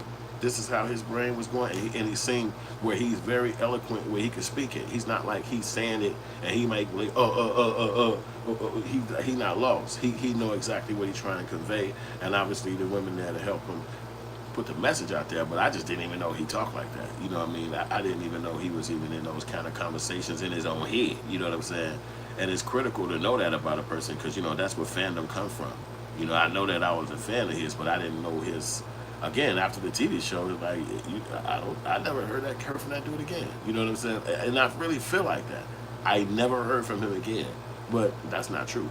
But on his podcast, this particular one, it seems like the lady is talking, and the camera cut back to him some maybe 10 times. It's like he ain't talking worth a shit on it. And I'm scooting way in the back of this bitch, y'all. I mean, the camera, it's so short. It's like, where the fuck he at? I think he just let this lady talk. I mean, she must be somebody. You know, I guess she's just somebody. You know, I don't know who the fuck she is. Digital phone workstations are. So I think that's what it is. He just let her just go, because she just, and I'm not going to let her talk like that, because I don't know who the fuck she is, and I never heard of her. You know, I don't even know her name. I ain't even front like that. You know what I'm saying? But this just was somebody he had on his podcast. And he say her name in the front of the video if y'all care to know. There's a guy in our thread. We saw this clip, but this is really like one of the shortest times he's in the video. Bill Burr explains it so beautifully about how white women are co-conspirators and act like they're not in the demise of black people. The only thing white women do about black people is black men's penis. Other than that, they're intimidated by everything else. They loved Oprah. But when the millennium mamie went out of business, that was it for America. Because she was their consciousness. She told them what to do. She told them to feel. She made it okay for them to feel what she raised these people for 25 years. And then she went away and then they called Wendy Williams. This messed us all up. All right, so that's what I'm saying. I really don't know nothing about this person. Hey, got some big points now. Don't let me sit up here and try to trash it and make it seem like they don't know what the fuck they talking about. I don't know. Some of the shit I agree with. Some I don't. Obviously, I never heard them talk before. I was trying to scoop through it to see if I saw Malcolm talk much, but it's really like way to the end when you see his face pop up. So I just kind of get to that point. And y'all can watch this if y'all want to. It's not all hood. This is podcast. I remember I was in Scotland and it wasn't any penis nowhere. That's not a sentence I thought I'd hear today. Just when I got up. My God. Man, I'm trying to get to my bro. For some of our listeners who don't really know what to do with that. The same thing they say is preference. It's just my preference. Okay, yeah, so again, it ain't gonna get back to him talking about nothing. It seemed like that person must be somebody. But anyway, y'all, we had a whole little long ass run talking about Malcolm Jamal Warner. Rest in peace to him. His podcast called Not Out Hood, and somehow we found it. It was on an article that I was reading, and it was able to pop up his podcast. What article was that? It's on MSN, and he was talking about Arlington or something like that. Yeah, and they say this is Malcolm Jamal Warner shared a powerful message in final public words before his death. So, you know what I mean? That's what we caught on the internet, and then it led us to his podcast. You know, and then obviously it's an hour and a half hour-something podcast, so I'm not going to go all the way into that. But I was trying to see if he talked more. You know, it don't seem like that when he did, but I'm not going to go further into his podcast and all like that, like for back episodes and shit like that. But, you know, he definitely was an impactful person, and he left a message. He left a dope message. He even gave people somebody to look up to. You know what I'm saying? Like younger generation people find him, you know, and somebody as an artist and all that, they can look up to him because he had left a great legacy in the game. So, you know, I really appreciate y'all watching the podcast this long. Y'all watch this joint all the way through. Official. Thanks for returning. Thanks for the new subscribers. Y'all, at the end, you're going to see a video at the top where you can actually click the whole Black Outrage playlist, and then we have a subscribe button at the bottom. You can check us out and hit the bell and hang out with us when we do another video. Probably do one again later on tonight. Definitely gonna do one later tomorrow, and I'll probably get back on here tonight. You never know how it's gonna work out, but I appreciate y'all rocking with us. I appreciate y'all being the fans. I appreciate y'all rocking with our channel. Definitely hit the like button, bang it up, knock it out, show them that these messages are fun. We have a good time over here. We kick it. We rock all the way to the end. We don't even run out of here early. We rock it all the way to the end. It's almost like a marathon. We do a marathon on these joints, you know what I'm saying? And we don't let food get in the way. What's up? Appreciate you. Hey, we don't be letting none of that stop us. We gonna get into the conversation. And then, you know what? If you wanna talk about some conversations, if you want me some stuff that you outraged about, whether you black or not, hit me up on the community or in the comments or in a message, and then we just talk about it. We'll pop it up here. We're gonna bring it up. You know, we got the technology where we can actually watch the actual thing being said. It's just not me and my opinion. You can actually look at the person or event playing out before your eyes. So we do a lot of work to make all that happen for you. So if you want to also leave a donation, you can hit me up at Hood Films at Venmo. What's the other one? Cashapp, Zelle, you know, you name it. All of the platforms is under Hood Films. PayPal, Hood Films. Cash App, under Hood Films. Venmo. Send a donation. Show some love. Keep me going. Keep me going. You see, I gotta have the AC rocking. It's like 95 degrees today. It's a banger on the street, so it's hot. I can't run outside just now. But we still talk about good stuff. What's up, Glendale?